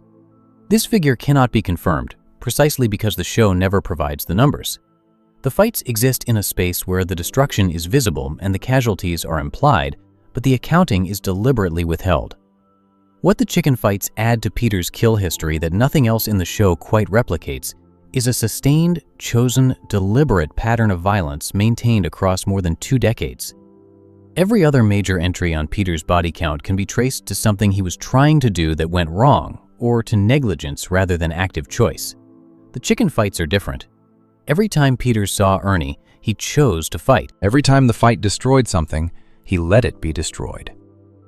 Every time the reset came and another episode began, he was exactly as ready to fight the next time Ernie appeared. The coupon was long forgotten. The pattern had become the point, and the city of Quahog absorbed the damage of that pattern, silently and without complaint, across 23 seasons of television. Before we move on, if you're enjoying this analysis, please consider subscribing. It helps the channel tremendously. The chicken fights represent the most deliberate category of Peter's violence, a pattern chosen and repeated with full awareness. But looking across the show's full run reveals something else underneath the specific kills. A character who changed significantly between the first season and the later ones, and whose relationship to harm evolved in ways the show itself rarely paused to examine directly. Section 7. The Man He Became.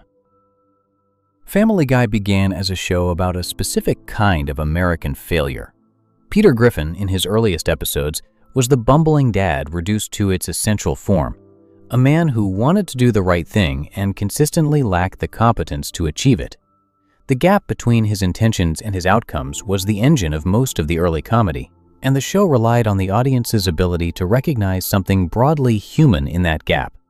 People who mean well and cause problems anyway are a familiar fixture in everyday life. The comedy of a man like that making things worse while trying to make them better lands because it is relatable in a way that more extreme behavior can never quite be. Early Peter was embarrassing and sometimes harmful, but the harm came from the same place as the embarrassment. He simply was not very good at being an adult. By season 8, something had changed. The critics who tracked the show's development noted it. The fan communities who watched week to week noted it. Sources analyzing the show's character trajectories described it in terms that showed up repeatedly across different discussions of what Family Guy had become in its middle and later periods. Peter Griffin had stopped being a man who meant well and caused problems. He had become something harder to categorize and much harder to extend basic sympathy toward. He was still framed by the show as the person the audience was supposed to follow and in some sense root for, but the things he was doing had moved significantly away from bumbling and significantly toward something that looked, in its worst moments, uncomfortably close to deliberate. The shift did not happen all at once. It built across seasons in a way that made each individual step easier to absorb than the cumulative distance traveled. A show can move a character a very long way from where they started, if it moves them slowly enough that no single episode feels like a sharp departure from the one before it. Family Guy did exactly this with Peter across its first 15 or so seasons, and the result is a character who exists in season 15 in a fundamentally different moral register than the one he occupied in season 1, even though the show continues presenting him within the same domestic framework and the same tonal contract with its audience. The petarded episode in season 4 is the hinge point that most careful analyses of the show return to when tracing this shift. The episode's official function within the narrative is to establish that Peter has a tested and documented IQ of 70, placing him in the range the show describes as legally mentally disabled. The creative function this performed for the writing staff was to provide an internal justification for pushing Peter's behavior further without needing the plot to account for why he keeps making choices that a normally functioning adult would recognize as catastrophic. If Peter's judgment is certified as impaired by the most official measurement the show offers, then the audience is asked to extend a kind of ongoing charitable reading to his worst decisions. He does not fully understand what he is doing. He cannot be held to a standard he does not have the cognitive capacity to meet. This justification worked in the early seasons following Petarded. The show used Peter's documented limitations to build comedy around the gap between his self-assessment and his actual capabilities, which was funny precisely because Peter himself had no awareness of that gap. The comedy came from watching him confidently pursue a course of action that everyone around him could see was going to end badly, while he remained entirely unaware of what was coming. This is a very old comedic structure, and it functioned well when Peter's confidence was applied to things like winning a trivia contest or impressing a new neighbor. The problem that developed over time was what happened when this same justification was applied to Peter's violence and his cruelty toward the people around him. If Peter does not fully understand the consequences of his actions because of his documented cognitive limitations, then the show can present increasingly extreme harm as something that falls within the same framework as his earlier bumbling. He blew up a children's hospital. He could not really have anticipated that the explosives would miss the billboard. He accidentally caused his father's death. He did not fully grasp that drunk unicycle riding on stairs was dangerous. The IQ justification can accommodate all of this, and the show used it to do so across multiple seasons. But it could only accommodate so much before the behaviors being excused stopped looking like the outputs of limited cognition and started looking like something else. Sources tracking the show's character trajectory describe the evolution in specific terms. In the earliest seasons, Peter was characterized as what one analysis calls innocently insensitive, which means his harm was a byproduct of not thinking carefully enough about what he was doing, rather than of any intention to cause harm. He was akin, in this reading, to the conventional bumbling dad figure that American sitcoms had been using for decades, someone who creates chaos without malice. By the show's 4th season, something had begun shifting. By around the midpoint of season 4, and then accelerating sharply around season 8, multiple sources analyzing the show's trajectory describe Peter as having become a psychopathic man-child. a descriptor that carries significant implications for how his harm should be understood. A psychopathic man-child is not someone whose harm comes from limited cognition or from failing to understand consequences. It is someone who is aware of consequences and indifferent to them, or who finds the suffering of others amusing rather than troubling. This evolution changes the entire framework for understanding Peter's kill history because it means that the kills in the later seasons cannot all be read through the same lens as the kills in the early ones.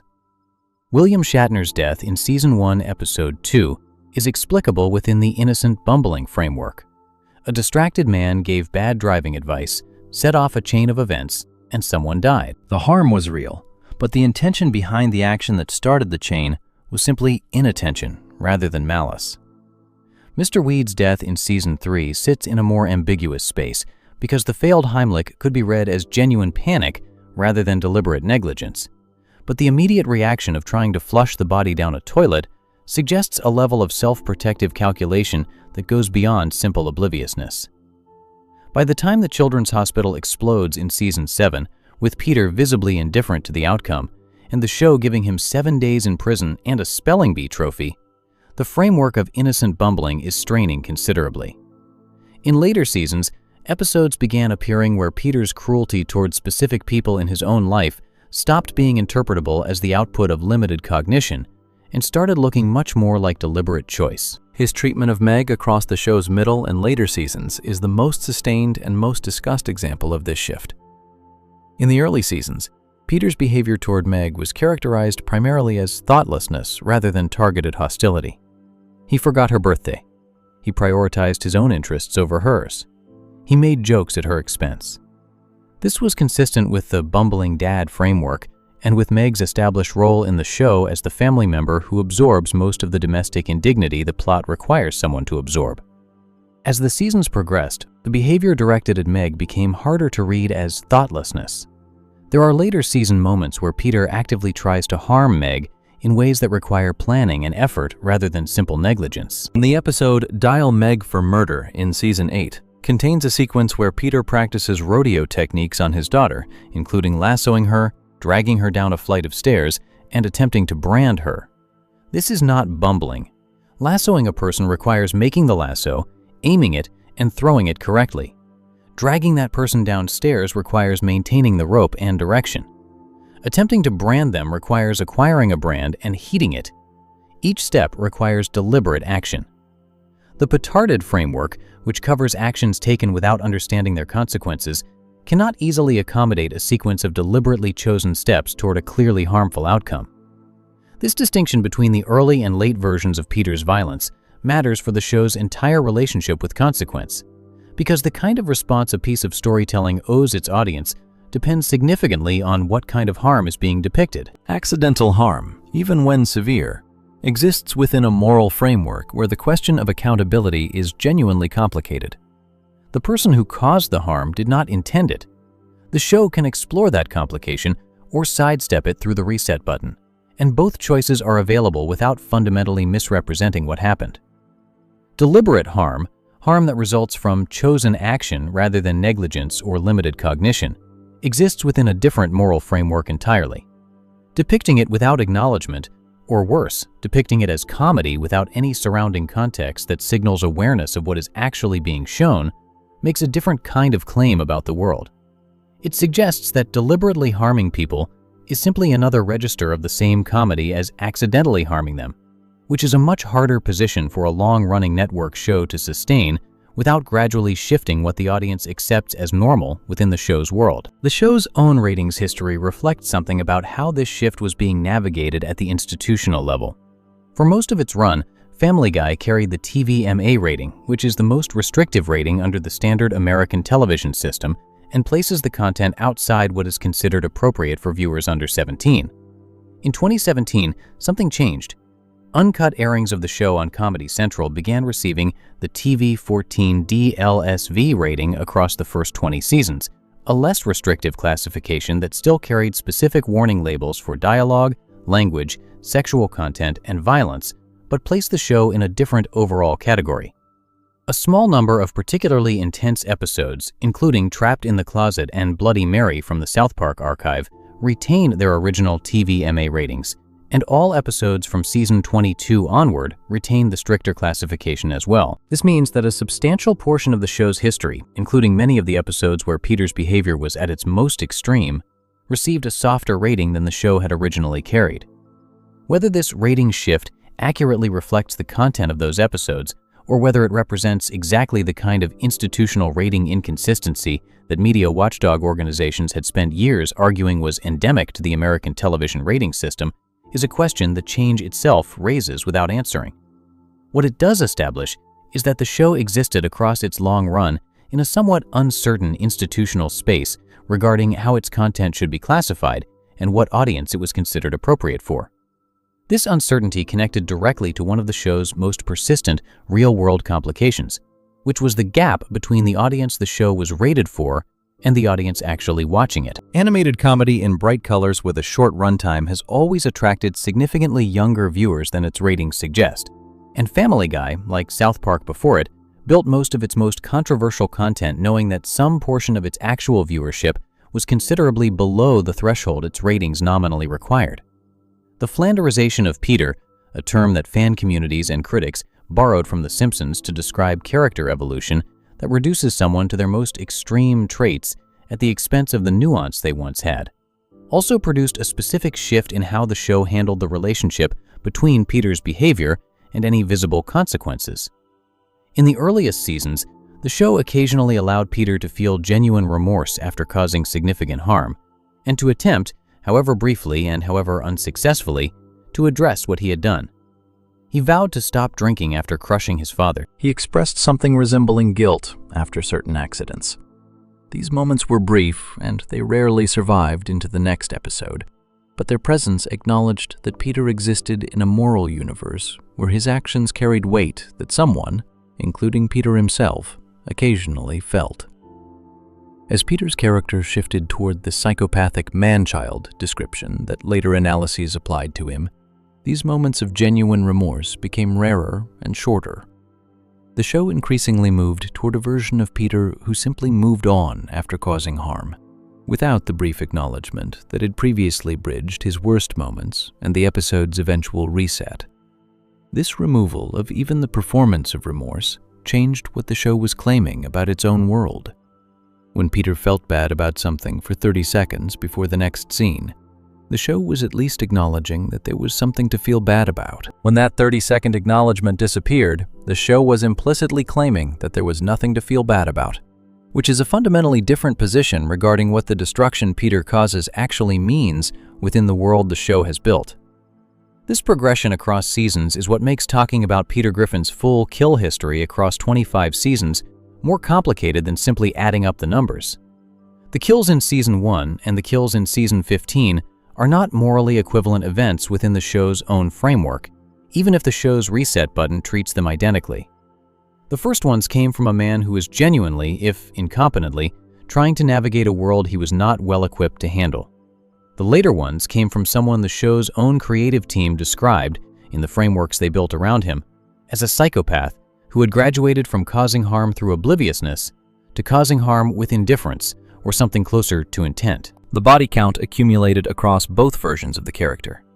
The show treated both versions with the same tonal lightness and the same weekly reset, but the person generating that count had become, across the show's long run, someone quite different from the bumbling Rhode Island everyman the first season introduced.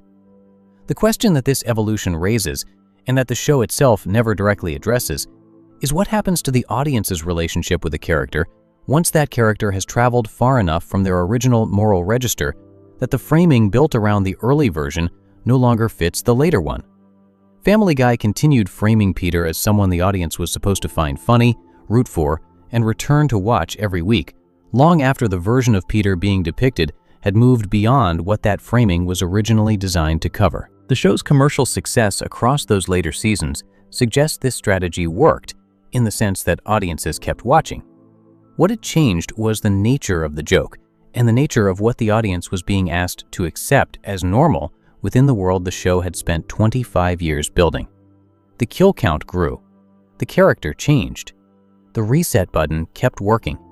And the show moved on to the next episode, every Sunday, reliable as clockwork, with a man at its center whose relationship to the deaths he caused had shifted in ways the show itself never fully stopped to name. Before we move on, if you're enjoying this analysis, please consider subscribing. It helps the channel tremendously. The shift in Peter's character across seasons changed the moral weight of the harm he caused. But across the show's full run, not every death connected to Peter worked the same way. Some deaths stuck, some reversed. And the choices the show made about which was which reveal something important about what Family Guy actually believed consequence was for. Section 8. Which deaths stick and which ones don't? Every long-running television show eventually develops an unofficial policy on death, even when nobody involved in making it ever sits down to write that policy out formally. The policy emerges from accumulated decisions made across dozens of seasons, each one building on the precedent the last one set, until the audience develops an intuitive sense of which deaths to take seriously and which ones to dismiss before the next episode begins. Family Guy has one of the most elaborate and most revealing unofficial death policies in the history of American animated television, and examining it carefully says more about what the show actually values than almost any other single lens available. The policy, stripped down to its operational reality across 25 seasons, works approximately like this. Deaths involving characters the show treats as genuinely important to its emotional core get reversed, either immediately or within a short time, through whatever plot mechanism is available. Deaths involving secondary characters, recurring figures who fill background roles or provide specific functions without occupying the center of the show's emotional world, tend to stick. Deaths involving villains or antagonists within a specific episode tend to be permanent.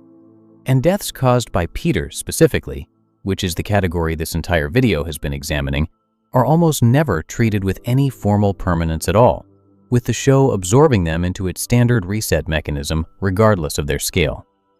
Understanding this unofficial policy requires starting with the event that tested it most dramatically in the show's history, which is the death and resurrection of Brian Griffin in the 12th season.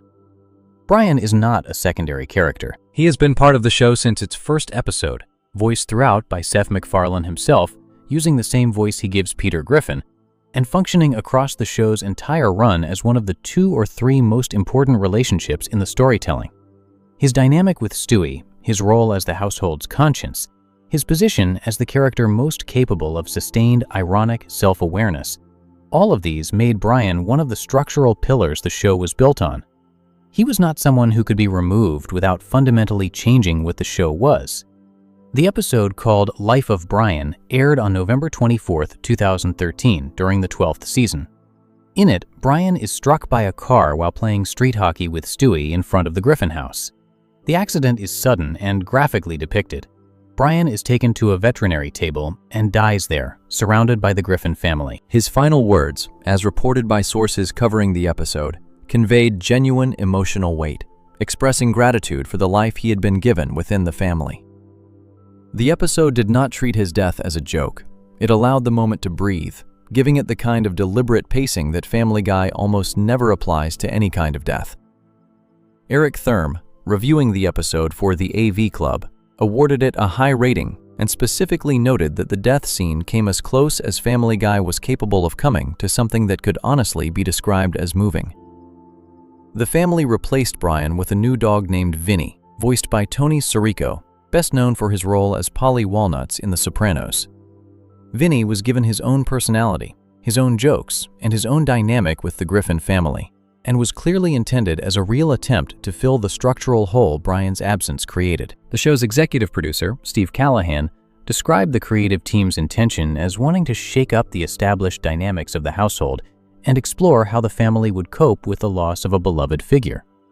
What happened within the fan community in the days following the broadcast was one of the most immediate and most organized responses to a single television episode in recent American media history. A petition addressed to Seth MacFarlane and Fox Broadcasting was filed on change.org within hours of the episode airing.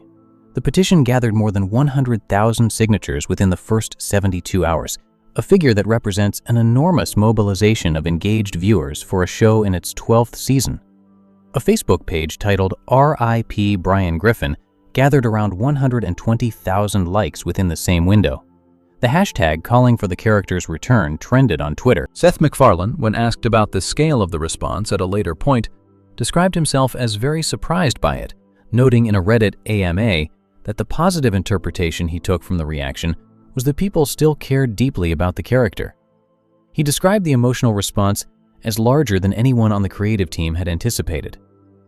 2 episodes later, in the Christmas episode called Christmas Guy, Stewie used his time travel device to go back to the moment before the car hit Brian and push him out of the way. Brian was saved. Vinny was removed from the show. The family was reunited for Christmas. MacFarlane tweeted a message after the Christmas episode aired, framing the whole sequence as a holiday lesson about not taking the people close to you for granted, before adding a more direct acknowledgement that the audience probably never really believed the death would stick. The message, paraphrased from his actual post, suggested that the decision to bring Brian back had always been the plan, treating the whole 2-episode arc as a designed stunt rather than a genuine creative experiment in what the show might be without its most articulate character. Whether the resurrection had always been planned or whether the overwhelming fan backlash accelerated or altered a decision that might otherwise have been made differently is something the show's creative team has given varying accounts of across different interviews and public statements. The executive producer's description of the death as meant to explore family dynamics without Brian and to introduce Vinny as a real new character does not sit entirely comfortably alongside MacFarlane's framing of the whole arc as a planned stunt with a built-in reversal. These 2 explanations are not quite compatible with each other, which suggests that the truth of what was planned and what changed in response to the audience reaction sits somewhere in the space between them, probably closer to a situation where multiple outcomes were possible and the fan response helped clarify which one would happen. What the Brian death and resurrection reveals about the show's unofficial death policy is clarified significantly by placing it against the deaths that did stick across the same period of the show's history. In the 9th season premiere, an episode called And Then There Were Fewer, Family Guy aired a 2-part murder mystery built around an ensemble gathering at a cliffside mansion, with recurring characters being killed one by one across both parts as the killer's identity was slowly revealed. The episode was considered by Seth MacFarlane to be one of the show's finest hours, and it generated its own significant cultural moment by committing to something the show had rarely done with real conviction before. It killed named, long-running, recurring characters, and then confirmed, through MacFarlane's own subsequent public statements, that those deaths were permanent. Muriel Goldman died in that episode, stabbed by the killer while discovering evidence that would have exposed her. Muriel had been part of the show since early seasons, appearing alongside her husband Mort and son Neil as part of the recurring Quahog social fabric. Her death was confirmed as canonical and permanent. Diane Simmons died in that same episode, shot by Stewie after she held a gun on Lois. Diane had been part of the show since its first episode, the co-anchor of the Channel 5 News alongside Tom Tucker for 8 full seasons, one of the most visually and verbally consistent background figures in the show's entire world. Her death was also confirmed as canonical and permanent. Derek Wilcox died in the episode as well, struck with a Golden Globe trophy, and also did not return. The confirmation that these deaths would hold came from MacFarlane himself via social media, explicitly stating that the characters killed in And Then There Were Fewer were gone and would not be brought back. This statement, made publicly and directly, established a precedent for how the show could handle death when it chose to treat it seriously. It demonstrated that Family Guy was capable of writing out even long-running characters permanently when the creative decision called for it. But it also established, by contrast, what that permanence was reserved for. It was reserved for secondary figures, for recurring but not central characters, for the people who filled the world of Quahog without being the structural pillars the show's most important relationships were built on. The permanent deaths were the ones that could be absorbed by the show's world without changing what the show fundamentally was. James Woods, who appeared to die in And Then There Were Fewer, was not given the same permanent status. In Season 10, a throwaway moment in the episode called Tom Tucker, the Man and His Dream, revealed that paramedics had taken Woods to a secret medical facility, designed specifically for celebrities, and quietly brought him back to life there. This reversal was handled with almost no ceremony, delivered as a brief piece of information rather than a major plot development. And it confirmed something interesting about the internal logic the show was using to manage its own death record. Woods was famous and real, a celebrity who appeared in the show as a version of himself, and the show was apparently not prepared to commit permanently to having him dead, even after confirming that everyone else in that episode would remain so. The selective nature of this mortality system is where the section's central argument becomes fully visible. Brian's death lasted 2 episodes before fan pressure and the creative team's own apparent uncertainty about the experiment produced his resurrection. James Woods survived despite appearing to die because the show wanted to preserve the option of using him again. Muriel Goldman and Diane Simmons died and stayed dead because they were secondary enough that their permanent absence did not damage the show's structural core. Mr. Weed died and stayed dead because his death served the purpose of freeing Peter from one job and sending him to a different one. Francis Griffin died and stayed dead because his death unlocked a major piece of the show's mythology around Peter's biological parentage, and closing that chapter required his permanent removal. The criteria sorting the deaths that stick from the deaths that do not are never stated explicitly, but they are visible across the full run of the show. A death sticks when it serves a specific and durable narrative purpose, when the character's absence generates enough story to justify the permanent removal, and when the character was not so central to the show's structural identity that losing them would require the show to change what it fundamentally is. A death does not stick when the character is too important to the show's core emotional engine, when the audience reaction suggests the loss is not sustainable, or when the show simply finds it more useful to have the character available than to have them gone. This framework applies directly to Peter's kills when examined across the full history of the show. The people Peter has caused to die almost never come from the central tier of the show's cast, which is part of why the reset button works so smoothly for him across so many seasons. Nobody Peter directly kills is so important to the show that their permanent absence would force the narrative to fundamentally reorganize. The children in the hospital are anonymous. The marathon runners are unnamed. William Shatner appeared in 1 episode. Mr. Weed served a transitional purpose. Francis's death unlocked new story. The bridge victims and the turban cowboy casualties are never individualized at all. Peter has avoided killing Brian, Lois, Stewie, or any of the show's structural core across 25 seasons, which means his kills have never threatened to activate the part of the show's unofficial death policy that generates resistance. The one figure whose death Peter did cause, and who occupied a slightly more central role than most of his other victims, was Francis Griffin. And even there, the show managed the permanence of that death by immediately replacing the emotional space Francis occupied with the new storyline about Mickey McFinnigan. The death created a gap, and the show moved quickly to fill that gap with new material. The structural damage was contained.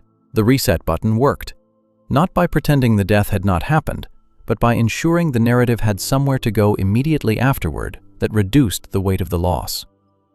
Looking at the full unofficial death policy of Family Guy across its history also reveals something about what happens to Peter's victims once the reset completes. The children's hospital gets rebuilt, or is simply not mentioned again. The bridge victims are not memorialized. The marathon runners exist only within a cutaway gag that the show itself eventually pulled from circulation. The anonymous dead in the chicken fight sequences do not show up in the next episode's background as grieving families. They simply cease to exist the moment the sequence that generated them ends. The reset does not give them any ongoing presence. It does not ask the show's world to account for them in any cumulative way. They are generated by the specific scene they appear in, and they disappear with it. This treatment of anonymous victims as genuinely disposable, even more disposable than named secondary characters, is one of the most consistent patterns across the show's entire run. The named characters who die, even the ones killed by Peter, at least occupy an acknowledged space within the show's world. Mr. Weed has a funeral. Francis has a eulogy. Their absence is noted, however briefly. The anonymous victims of Peter's largest casualty events do not even receive that minimal acknowledgement. They are numbers in a count that the show itself declines to total, contributing to a body count that only becomes visible when someone chooses to add up all the separate incidents the show has carefully avoided adding up itself. Before we move on, if you're enjoying this analysis, please consider subscribing. It helps the channel tremendously. The show's selective mortality reveals a clear internal logic about what kind of death is allowed to matter. But But across 25 seasons, one category of Peter's victims has received almost no analysis at all, even from the most detailed fan examinations of his body count, because they are the ones who die not from his violence or negligence, but simply from being in a room with him during one of his cutaway gags. Section 9. The invisible body count. Almost every analysis of Peter Griffin's kill history overlooks one specific category, not because the kills are small or insignificant, but because the format they live in has been so thoroughly absorbed into the show's identity that audiences no longer stop to examine what is actually being depicted inside it. This category is the cutaway gag, and the deaths that happen within cutaway gags across the show's 25-season run form what might reasonably be called the invisible body count, a tally that exists in a space the show itself designed to be consequence-free, deliberately sealed off from the moral weight of anything that happens in the main plot around it. Understanding this requires understanding what a cutaway gag actually is, and why Family Guy built its entire comedic identity around using them constantly. Seth MacFarlane has described the format's origin in specific terms across multiple interviews, tracing it back to Gary Larson's The Far Side, the single-panel comic strip that ran from the early 1980s through the mid-1990s, and that made its name by dropping readers into absurd, self-contained situations without setup or resolution, letting the image and the caption do all the work within a single compressed moment. Larson's strips did not need context to land. The joke was complete within the panel, existing independently of anything before or after it. MacFarlane translated this structural logic into television animation, using the cutaway gag as a way to insert Far Side-style moments into an episodic format that would otherwise require every joke to be grounded in the show's ongoing narrative. The format works through a trigger phrase. A character says something that leads naturally or absurdly to the phrase, "This is worse than the time," or "This is just like the time," or some variation of that framing. And the scene cuts immediately to a brief, self-contained sequence depicting whatever was referenced.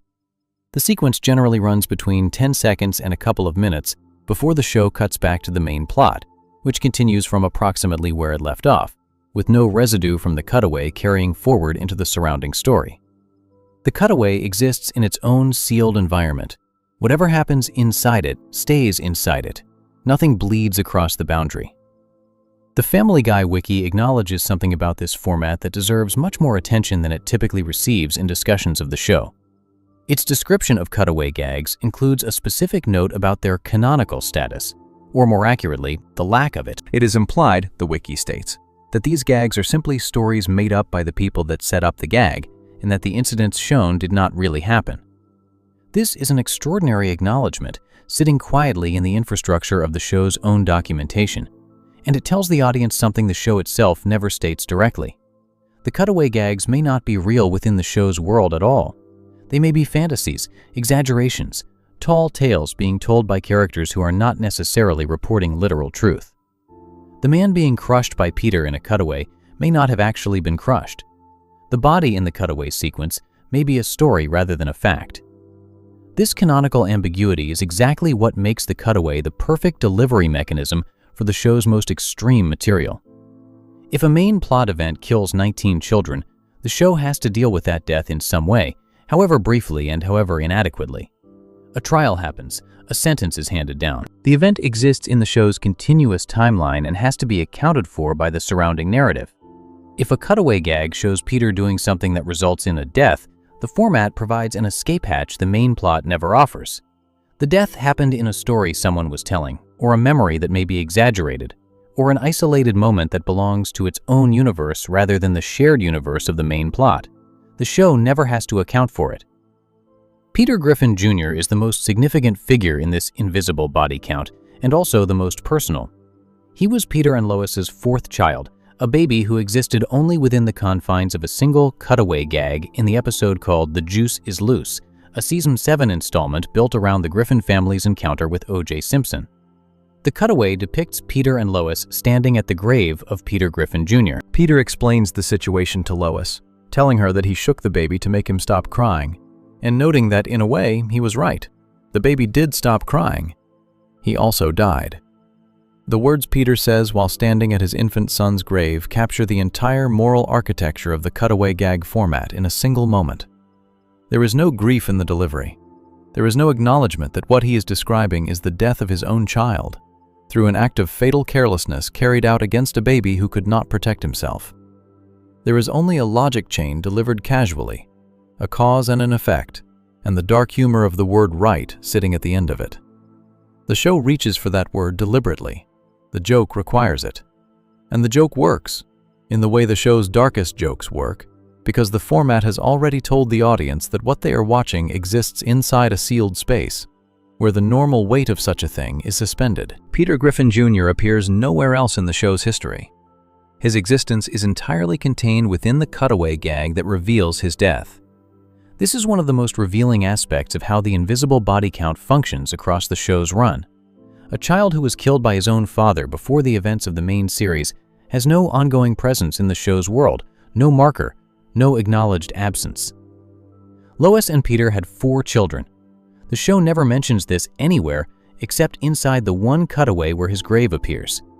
He exists only as the punchline to a joke about shaking and silence, and then he is gone, sealed back inside the format that generated him.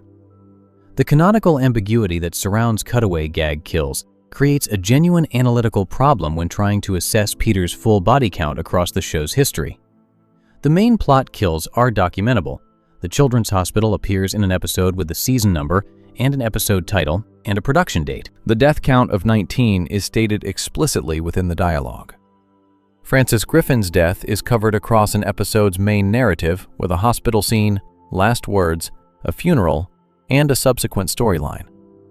These events are anchored in the show's shared timeline, available to any viewer who wants to trace them, confirmed as canonical by the basic fact that the show's ongoing narrative acknowledges them. The cutaway kills are different. Peter Griffin Jr. may or may not have existed within the actual timeline of the show's world. The show never confirms it either way.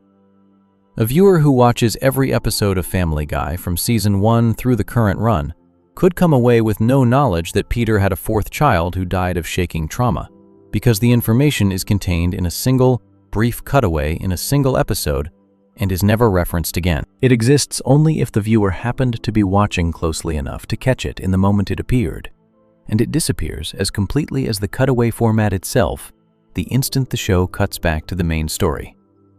This invisibility is a deliberate product of the format rather than an accident of it. McFarlane and the show's creative team understood from early in the show's run that the cutaway format gave them a space to put material too extreme for the main plot without needing to manage its ongoing consequences. The Boston Marathon cutaway in Turban Cowboy is the most famous example of this, depicting Peter driving through a field of runners while Bob Costas asks him how he won the race, with Peter explaining that he killed anyone who got in his way. This sequence is tonally indistinguishable from dozens of other cutaway gags in the show's history, inserted into the episode as a brief aside before the main plot resumes. It generated enormous real-world consequences when it became entangled with the Boston Marathon bombings a month after its broadcast. But within the show's own structure, it was designed to be exactly as consequence-free as the cutaway in which Peter shook his infant son to death. The format applied to both. The moral weight of both was meant to remain inside the sealed space the format provides. Seth MacFarlane described the cutaway format in 2026 as having unintentionally predicted the age of TikTok, noting the alignment between the show's signature technique of delivering brief, self-contained comedic moments and the short-form content culture that now dominates much of online media. This observation is insightful as far as it goes, but it is also worth examining what gets lost when that alignment is acknowledged as a cultural achievement rather than a design choice with consequences. The TikTok era did not invent the moral vacuum at the center of short-form content. Family Guy did not invent it either. But the show spent 25 seasons building an audience that was trained to consume brief, extreme depictions of harm within a sealed format where consequence was not part of the transaction. The format predicted TikTok's length. It also predicted TikTok's relationship with accountability. South Park, the show that spent a decade as Family Guy's nearest cultural competitor in the space of animated adult comedy, addressed the cutaway gag format directly in its 2-part Cartoon Wars storyline covered elsewhere in this channel's history. South Park's critique, rendered through Cartman's campaign against Family Guy specifically, suggested that the cutaway format produced comedy by random association rather than by genuine satirical intent, that the show was not actually saying anything through its most extreme moments, but was simply deploying shock for shock's own sake, with the format itself providing the cover that the content could not earn on its own. The Family Guy writing room famously fired back, and the debate between the two shows about what comedy was for continued across multiple seasons. But South Park's critique had a specific application to the cutaway kill that the shows never directly negotiated, which was the question of what it means to depict a death inside a format designed to insulate that depiction from any form of reckoning. The Forefather episode in Season 2 offers another early data point for the invisible body count, noted in sources tracking Peter's kills as containing a cutaway in which he kills a man in order to receive free soup. This death is even further stripped of context than the Peter Griffin Jr. moment. There is no grave, there is no standing at the scene of the incident. There is simply the stated fact that Peter killed a man, delivered as the setup or context for another joke, existing only as a reference point rather than as a depicted scene. The man is unnamed. The circumstances are barely sketched. The entire entry in Peter's kill history amounts to a sentence someone says about something that may or may not have happened, inside a format where the canonical status of the incident is already uncertain to begin with. This is the extreme end of the invisible body count, the place where Peter's kills become so attenuated by format and framing that they barely register as kills at all in the conventional sense. The Children's Hospital is a kill. 19 people died because Peter detonated the wrong building.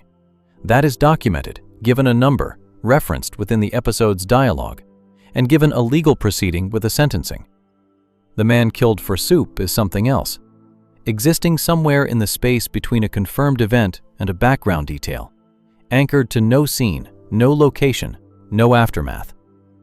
The only reason it exists in any discussion of Peter's body count is that someone noted it in passing, and someone else added it to the list. The cutaway format also introduces a specific category of kills that could be called conditional kills. Deaths that happened in one version of Peter's personal history, but which the show's own ambiguous handling of cutaway canonicity makes difficult to confirm as facts within the shared timeline. Peter has been depicted in cutaway gags across the show's run, doing things that would, if canonical, constitute some of the worst violence in the show's history. He's been shown beating people in brief flashes of cutaway content. He's been placed in scenarios involving fatal outcomes that the format presents as memories or stories, rather than as confirmed events. Some of these, like Peter Griffin Jr., are given enough concrete detail to suggest they occupy at least a partial canonical space. Others are so briefly depicted that their status as events within the show's world is genuinely impossible to confirm. The invisible body count matters for an examination of Peter Griffin's full kill history, because it reveals something about how the show's design accommodates extremity without accountability. The main plot can only push so far before the surrounding narrative has to acknowledge what just happened. A children's hospital can explode, but the plot has to build toward it, and the plot has to do something with it afterward, even if that something is only 7 days in prison and a return to the executive bathroom. The cutaway format has no such requirement. It can go further in less time and leave nothing behind when it is done. Peter Griffin Jr. existed, died at his father's hands, and disappeared inside a single brief sequence that returned the show to its main story without a pause. 25 seasons of Family Guy contain hundreds of cutaway gags. Not all of them involve deaths, most of them do not, but the format's existence across every episode of the show's run means that Peter Griffin's total kill count, if assembled from every depicted and implied death across both main plots and cutaways, is genuinely impossible to calculate with precision. The main plot provides numbers. The Children's Hospital is 19. The cutaway format does not provide numbers. It provides moments, brief and sealed and self-contained, that come as close as television storytelling has ever come to depicting harm without the surrounding world being required to acknowledge that the harm occurred. The man who killed for soup is in that body count somewhere. Peter Griffin Jr. is in it too. How many others are in it is a question the format itself was designed never to need to answer. Before we move on, if you're enjoying this analysis, please consider subscribing. It helps the channel tremendously. The invisible body count in the cutaway format raises a question the show spent 25 seasons avoiding. What does it mean that a show about a man who keeps killing people remained one of the most watched programs on American television for 2.5 decades? The answer to that question is where everything this video has been building toward finally lands. Section 10. What the count actually means.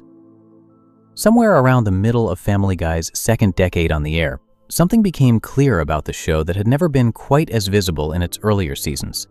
The clarity came not from any single episode or any single moment, but from the accumulated weight of all the episodes and all the moments that had come before. Family Guy was not simply a show that happened to feature a lead character who kept causing deaths. It was a show whose entire relationship with its own world had been organized from the very beginning around the premise that a man could do almost anything and remain fundamentally unchanged by it. The deaths were not incidental to this premise. They were the proof of it, repeated across hundreds of episodes and thousands of scenes, confirming episode after episode that the world of Quahog was a place where actions did not accumulate, where history did not compound, and where the person at the center of the story moved through life without the weight that real life would eventually attach to anyone doing half of what Peter Griffin does in a single season. This is the thing about Peter Griffin's kill count that most fan discussions miss when they focus on the individual incidents. The children's hospital is shocking because 19 children died. The chicken fights are spectacular because the destruction is enormous. Peter Griffin Jr. is disturbing because Peter shook his own infant son to death and stood at the grave making a pun about it. These specific moments are worth examining on their own terms, and this video has tried to give each of them the attention they deserve. But the individual incidents are not the full argument. The full argument is what those incidents add up to across 25 years, which is evidence of a system, a carefully maintained and consistently applied approach to storytelling that the show never names, but that shapes every scene it produces. The system works through a very specific combination of elements that Family Guy assembled and refined into something almost uniquely its own across its long run. The first element is the reset button, applied consistently and completely enough that no individual death ever accumulates into a permanent weight on the show's world. The second is the format, specifically the cutaway gag, which provides a space to put the most extreme material at a remove from the main plot's accountability structure. The third is the official justification, which the Petarded episode provided by giving Peter a documented cognitive limitation that the writing staff could use whenever the question of his accountability needed to be preemptively addressed. And the fourth, which is the most important and the least discussed, is the tonal contract the show establishes with its audience at the very beginning and then maintains throughout its run. A tonal contract is an unspoken agreement between a piece of storytelling and its audience about how to receive what is being shown. Family Guy established its contract in its earliest episodes, before the body count had grown large enough to require it. The show told its audience, through the accumulation of gags and cutaways and resets and absurdist sequences, that what was happening on screen should be received as comedy rather than as drama, that the rules operating in Quahog were fundamentally different from the rules operating in the real world, and that transferring real-world moral weight onto the events depicted would be a kind of categorical error, a misreading of the genre. Once that contract was established and accepted, it could accommodate an enormous range of material that would be completely unacceptable under any other agreement. A man can blow up a children's hospital and receive 7 days in prison. A man can shake his infant son to death and stand at the grave making a joke. A man can drive through a field of marathon runners and narrate his own victory. All of this can happen inside the tonal contract because the contract has already told the audience that none of it is supposed to land the way it would if it were in a different kind of story. This is not a critique of comedy in general. Comedy has always worked by establishing temporary spaces where normal moral weight is suspended, and some of the most valuable artistic work in the history of the medium has come from exploiting that suspension to say things that could not be said any other way. The question that Peter Griffin's kill history poses is not whether comedy can depict harm and death. It clearly can, and often should. The question is what happens when a specific comedy deploys that depiction not as a tool for saying something about the world, but as a repeated structural habit that has become so normalized over such a long period that the audience no longer notices the normalization. Looking at the full arc of Peter Griffin's violence across 25 seasons reveals how this normalization happened gradually enough that each step seemed continuous with the last. In Season 1, Peter was a bumbling dad whose inattention could get someone hurt. The Shatner death was framed within a comedy of errors, a sequence of accidents traceable to Peter's television addiction rather than to any genuine capacity for harm.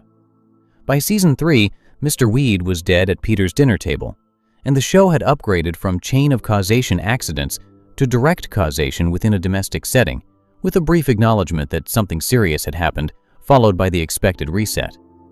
By Season 5, Peter had drunk his way into killing his own father. By Season 7, he had blown up a children's hospital. By Season 11, he had been depicted driving through marathon runners for laughs and accidentally destroying a bridge. By Season 7, in the cutaway space, he had already killed the baby he named after himself. Each step in this progression felt, in the moment of its airing, like a limited escalation from the step before it. The show was always pushing further than its previous position, but never far enough in any single episode to rupture the tonal contract completely. The contract is elastic. It can stretch considerably. But it can only stretch if the stretching happens slowly enough that the audience adjusts to each new position before the next push comes. Family Guy spent 25 seasons stretching its contract in this way, and the result is an audience that can watch a man shake his infant son to death while standing at a grave and receive it as a joke, because every prior agreement between the show and the viewer has already moved the baseline of acceptable to a position where that specific depiction fits. The show's longevity is both the most important fact about this situation and the least analyzed one. Family Guy premiered in January 1999. By the time this analysis is being written, it has been running for more than a quarter century, with new episodes still airing on Fox and a spin-off centered on Stewie announced for the 2027-28 television season.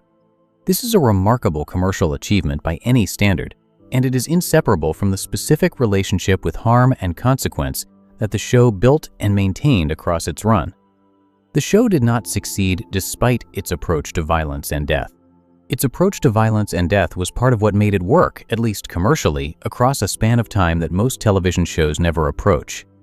What made it work commercially is not the same thing as what made it interesting artistically. These two questions often get confused in discussions of Family Guy, with the show's audience numbers treated as evidence that its approach was correct in some larger sense, and its critical decline in later seasons dismissed as the complaint of people who simply prefer a different kind of comedy. But the commercial argument and the artistic argument are genuinely separate from each other. Millions of people kept watching Family Guy through its later seasons for many different reasons, including simple habit, nostalgia for the earlier seasons, genuine enjoyment of specific jokes and characters, and the kind of passive familiarity that comes from a show having been part of a household's Sunday evening for 10 or 15 years. None of those reasons require the show's specific relationship with consequence to be artistically defensible. They only require the tonal contract to remain intact. The critical decline that set in around Season 8 and deepened across subsequent seasons tracks almost exactly with the period when the Flanderization of Peter's character moved him from the bumbling dad who caused harm through obliviousness into what multiple analyses describe as a psychopathic man-child whose harm was increasingly deliberate. The tonal contract could accommodate the bumbling dad version of Peter's violence because the violence came with built-in sympathy. He was trying to do the right thing and failing. This gave the audience a purchase point, a way to remain emotionally attached to the lead character, even as the consequences of his actions piled up around him. When that purchase point disappeared, when Peter's harm became harder to attribute to cognitive limitation and easier to attribute to simple indifference or cruelty, the tonal contract started showing strain at the edges. The harm was still happening, the reset was still coming, but the sympathetic frame that had made the whole system feel like a specific kind of comedy rather than something else was no longer reliably present. This is where the distinction between early Peter and late Peter becomes most important for understanding what the full 25-season body count actually means. The early kills, the ones that happen through inattention and poor judgment and genuine incompetence, are the kills that the show's tonal contract was designed to handle. They fit inside the bumbling dad framework. They generate comedy through the gap between Peter's intentions and his outcomes. The later kills, The ones that came after the Flanderization had replaced the bumbling dad with something harder and less sympathetic, push against the edges of what the tonal contract was built to cover. The show kept applying the same reset button to both categories, but the function of the reset changed subtly as the character it was applied to changed. Early Peter needed the reset to return him to baseline so the comedy could continue. Later Peter needed the reset to prevent the audience from having to sit with what the show had actually shown them. Peter Griffin's complete body count, assembled from the episodes and cutaway gags and chain of causation kills and anonymous victims of the chicken fights, and the children who died in a hospital he blew up for a promotion he never received, is a document of this change as much as it is a tally of individual incidents. The early entries on the list are comedy. They are dark comedy, sometimes very dark, but they operate within a framework where the darkness serves the joke rather than threatening to overwhelm it. The middle entries are more complicated, existing in a space where the show's escalating ambition with its own extremity started outpacing the sympathetic frame it needed to keep those extremes inside the tonal contract. The later entries, particularly the ones from the period after Season 8, when the Flanderization was most complete, are sometimes difficult to classify at all, sitting in a register that is neither straightforwardly comedic nor exactly something else, applying the show's familiar format to material that the format may no longer be fully equipped to contain. None of this made the show lose its audience entirely. It made the show lose critical credibility and the specific kind of enthusiasm that fuels active fandom. But the passive viewership that sustains a long-running network animation block is a different and more durable thing than critical credibility. Family Guy kept its audience through all of this because the tonal contract, however strained, never fully broke. The reset button kept coming. The format kept providing the sealed space the cutaway gags had always offered. Peter kept waking up each episode essentially unchanged by everything that had happened in the episode before. And the audience kept accepting this because the alternative was to stop watching a show they had been watching for 15 or 20 years, which most audiences are not prepared to do simply because a character has evolved in a troubling direction. What Peter Griffin's kill count ultimately reveals about Family Guy is something the show itself never says directly, but that every individual incident in the list points toward. Family Guy is a show about what happens when consequence is removed from harm. Not about a world without morality exactly. The show has always maintained a nominal moral framework, gesturing toward accountability through brief post-harm reactions, 7-day prison sentences, and occasional expressions of guilt from Peter that dissolve before the next commercial break. But these gestures are markers rather than substance. They indicate the location where accountability would go if the show were actually interested in accountability without providing the real thing. The nominal framework says that what just happened was wrong. The reset button says it does not matter. 25 seasons, hundreds of episodes, a man who drove through marathon runners and destroyed a bridge, who stood at his infant son's grave and made a pun, who attended his own boss's funeral with a hand puppet asking about a promotion, who served 7 days in prison for 19 dead children and then went back to work, who fought the same giant chicken for 2.5 decades and left something unquantifiable behind him every single time. Family Guy built all of that, reset after reset, week after week, and the audience kept coming back. The contract held, the show kept going, and Peter Griffin moved through his world the same way he always had, carrying everything and nothing, exactly as the show always promised he would. If you enjoyed this video essay, make sure to subscribe. Thanks for watching, and I'll see you in the next one.